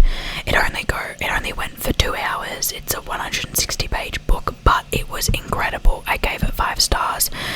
It follows the story of a mountain lion living under the Hollywood sign, and it's told through the mountain lion's perspective, but the lion has such a fun and quirky personality, and it covers a lot of ground in terms of political and sociological thoughts about humans, but from this lion's perspective, which I thought was really interesting. And the observations really hold a mirror up to our flaws as humans. And I mean, even though it's written by a human, told through the Perspective of a Mountain Lion, I was really impressed because the observations were really astute, and I could really imagine an animal watching humans and thinking the same thing, and I thought that was really well done by the author. I really loved that book, and I'm really glad I picked it up off the whim. I said in my November reading wrap up that this book was actually filed under the erotica section of the Libby app, and I was like, it's not erotica at all. I don't know why, other than the fact that it's called Open Throat, but that's not sexual at all. It's actually the opposite. Yeah, I loved it. I think that one will definitely be going in my favourites of the year. The next book I read in November was my November book club read. It's called Blob by Maggie Sue. I really wanted to love this book because the name and the concept is so fun, but I think it was just really underdeveloped. I gave it 2 stars, and it's about this woman who desperately wants to be in a relationship, but she just like repulses everyone she meets, and she meets a blob and she forms it into a man, and even that man doesn't want to be with her. I think she was just a genuinely an insufferable human being that needed therapy and not a relationship. I was expecting more of a Melissa Broader type style of book, but it wasn't that at all, and I just was disappointed because for a book called Blob, the blob was not featured as much as I thought it would be. And like I said, I just thought it wasn't fully fleshed out. There was a lot of the story that seemed to be little like pockets that the author had written, and then she tried to string them all together. Maybe it needed to be shorter, or maybe it just needed more time working on it. I found it interesting that the author had a PhD in fiction, because if this is a testament to what her PhD thesis was, it was not very good. The last book that I read in November, I loved. Gave it 5 stars. Again, it will probably go on my favourites video, but that is Boy Parts by Eliza Clark. This was a banger to end November, to be honest, and this was the weird girl book I was looking for. So many things to say about this one. I wasn't really liking it at the beginning, but as it got on, I started to really love it, and once it sort of became clear that it was a unreliable narrator situation, I was like, yep, okay, I'm locked in. It was totally unhinged, but there's also really subtle social commentary on power dynamics, gender, abuse, trauma, toxic masculinity, etc. And I thought it was done in a really natural way that, to the untrained eye, you wouldn't notice that that's what it was talking about, but you can walk away with a new sense for those things, I suppose. It was also really funny. I wasn't expecting it to be so funny. I was giggling and like chuckling. It's very British humour, but that's sort of more in line with Australian humour, so I appreciated that, and I thought it was really, really well done. Super original book as well, which I really, really appreciated. We need more from Eliza Clark. Okay, we are now on to December, and I am recording this on Saturday the 20th of December, and I have currently only read 2 books this month, but I do expect I will read more. This has been a really big reading slump for me. I've had a lot going on in life as well, and I was really sick last week. I had that weird super flu thing that's going around. I was fully bedbound and sleeping for 5 days straight. expect I read more. I have a bunch of books on loan as well. I think I've got like 5 books on loan at the moment, and I will hopefully get to those. So I recommend watching my December reading wrap-up video, because that will have a full list of all of the books that I read this month. This video, just because of the timing of it, is going to be a bit cut up, if that makes sense. I will update the description, I think, with any extra books that I read. But again, definitely keep an eye out for my December reading wrap up. I try and get those out on the 1st or whatever upload day is closest. So sometimes that's like the 30th, the 31st of that month, or the 1st, 2nd, 3rd of the next month.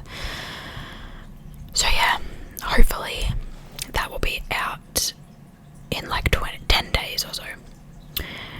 The first book that I've read this month of December is called Word Slut by Amanda Montel. This book is a feminist guide to taking back the English language. This is primarily a linguistics book, but I really loved it. I gave it 4 stars, and I think the quote that it's not from this book, but it's sort of floating around the internet. This sums this book up perfectly. Maturing as a woman is realizing how quietly misogyny lives in everything. In the media we love, the jokes we're told to laugh at, the silence after dinner when only women rise to clean. It's in the man's stare on the train, the harmless comment at work, and the one line of your favourite TV show. That sums this book up perfectly, and it's enraging. I think it did a really good job at showcasing the misogyny in everyday English. I did find the book to be quite like millennial, but from a linguist's perspective, it shared so much important information about sort of the roots of language and how a lot of what we say has really quite misogynistic undertones and background. Most of the things people criticize about English speakers, such as upspeak, which is where you sort of finish your sentence like this, like we go up, the vocal fry, valley girl speak, saying things like, the like teenage girl sounding things that people say, is more so hated because they make you sound more feminine. It's also why gay men get a lot of hate when they have gay speak, because it sounds more feminine.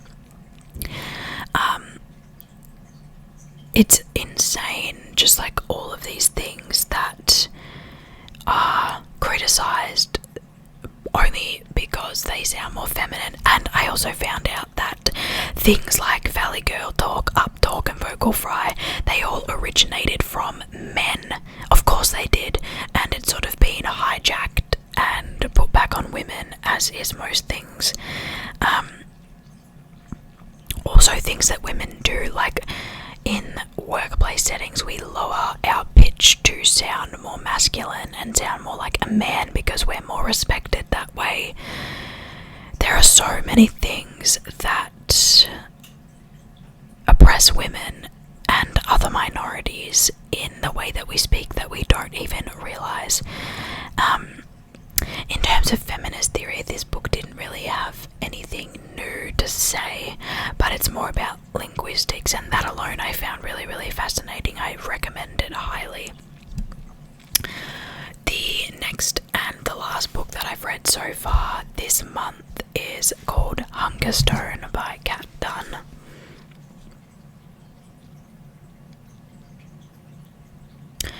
This book, I don't know, I gave it 3 stars, but my feelings on her are just a bit mid. Like, it was okay. It was sort of gothic, sapphic vibes. The imagery was stunning, like the actual set. It has very like Saltburn vibes, but I didn't necessarily find the story very interesting, and I thought it was way too long. The main storyline was good, but again, there was just way too much fluff, and it moved at a snail's pace. It was driving me insane. The author is an incredibly talented writer, but I felt like at times the overly verbose language was a detriment to the story. And I know it's meant to be set in the Victorian era, but it was just a little bit too far sometimes. I think my main gripe with this book is that all the characters were insufferable. The main character was so pathetic, like she kept putting herself down every 2 seconds. She was overly self-deprecating, and it was a nightmare to read. Like, every little thing that happened was followed by 2 pages of her complaining about how she didn't deserve it. There was other characters named Cora and Camilla, and they were also both insufferable. And the main character's husband, Henry, was such a pathetic man. I think he would be like an Andrew Tate supporter if he was around today. Yeah, it wasn't really the type of book that I tend to read, as well as more fantasy book, and I don't really read a lot of fantasy, so I think it just wasn't for me. Like I said, it was okay. And that brings me to the end of all of the books that I have read in 2025. I believe the count is 121. I'm not 100% sure. I've lost count. But, as I said, please check out my December reading wrap-up video for the final tally. I'll be able to tell you then how much and how many books that I have read this year, and give you my thoughts on the books that I finish this month in the next 12 days or so. I can't believe this video has been a massive effort. It has taken me 3 days to film, and my voice is really sore, but I'm so glad that I could film it for you guys. The runtime, I don't even know what the runtime's gonna be, but I know I'm out of focus right now, which is great. But thank you guys so much for watching. If you made it to the end, leave me a love heart emoji comment just so I can see who's actually watched this whole thing, and I don't blame you if you haven't. Please subscribe to my channel. I put a lot of effort into my videos, and I would love for you guys to keep coming back and watching them. I also want to shout out a video called like my garden or my garden tour. I had a really lot of fun filming that, and it's just going around my back garden and showing you all the plants that I have growing at the moment. It's such a simple video, but I'm really proud of all of the effort that I put into it, so I would appreciate it if you could watch that. Thank you. Leave me a comment down below if you've read any of these books and what you thought. Also let me know what books you read this year, whether you recommend them. I'm very, very interested, and yeah, this was a massive effort, so hopefully you guys enjoy. Thank you so much for all of the love and support that I've received in the short time I've been doing this. I started uploading in June, I think, and you guys have been so welcoming and kind, so I really, really appreciate that. Thank you so much, and I will see you in my next video.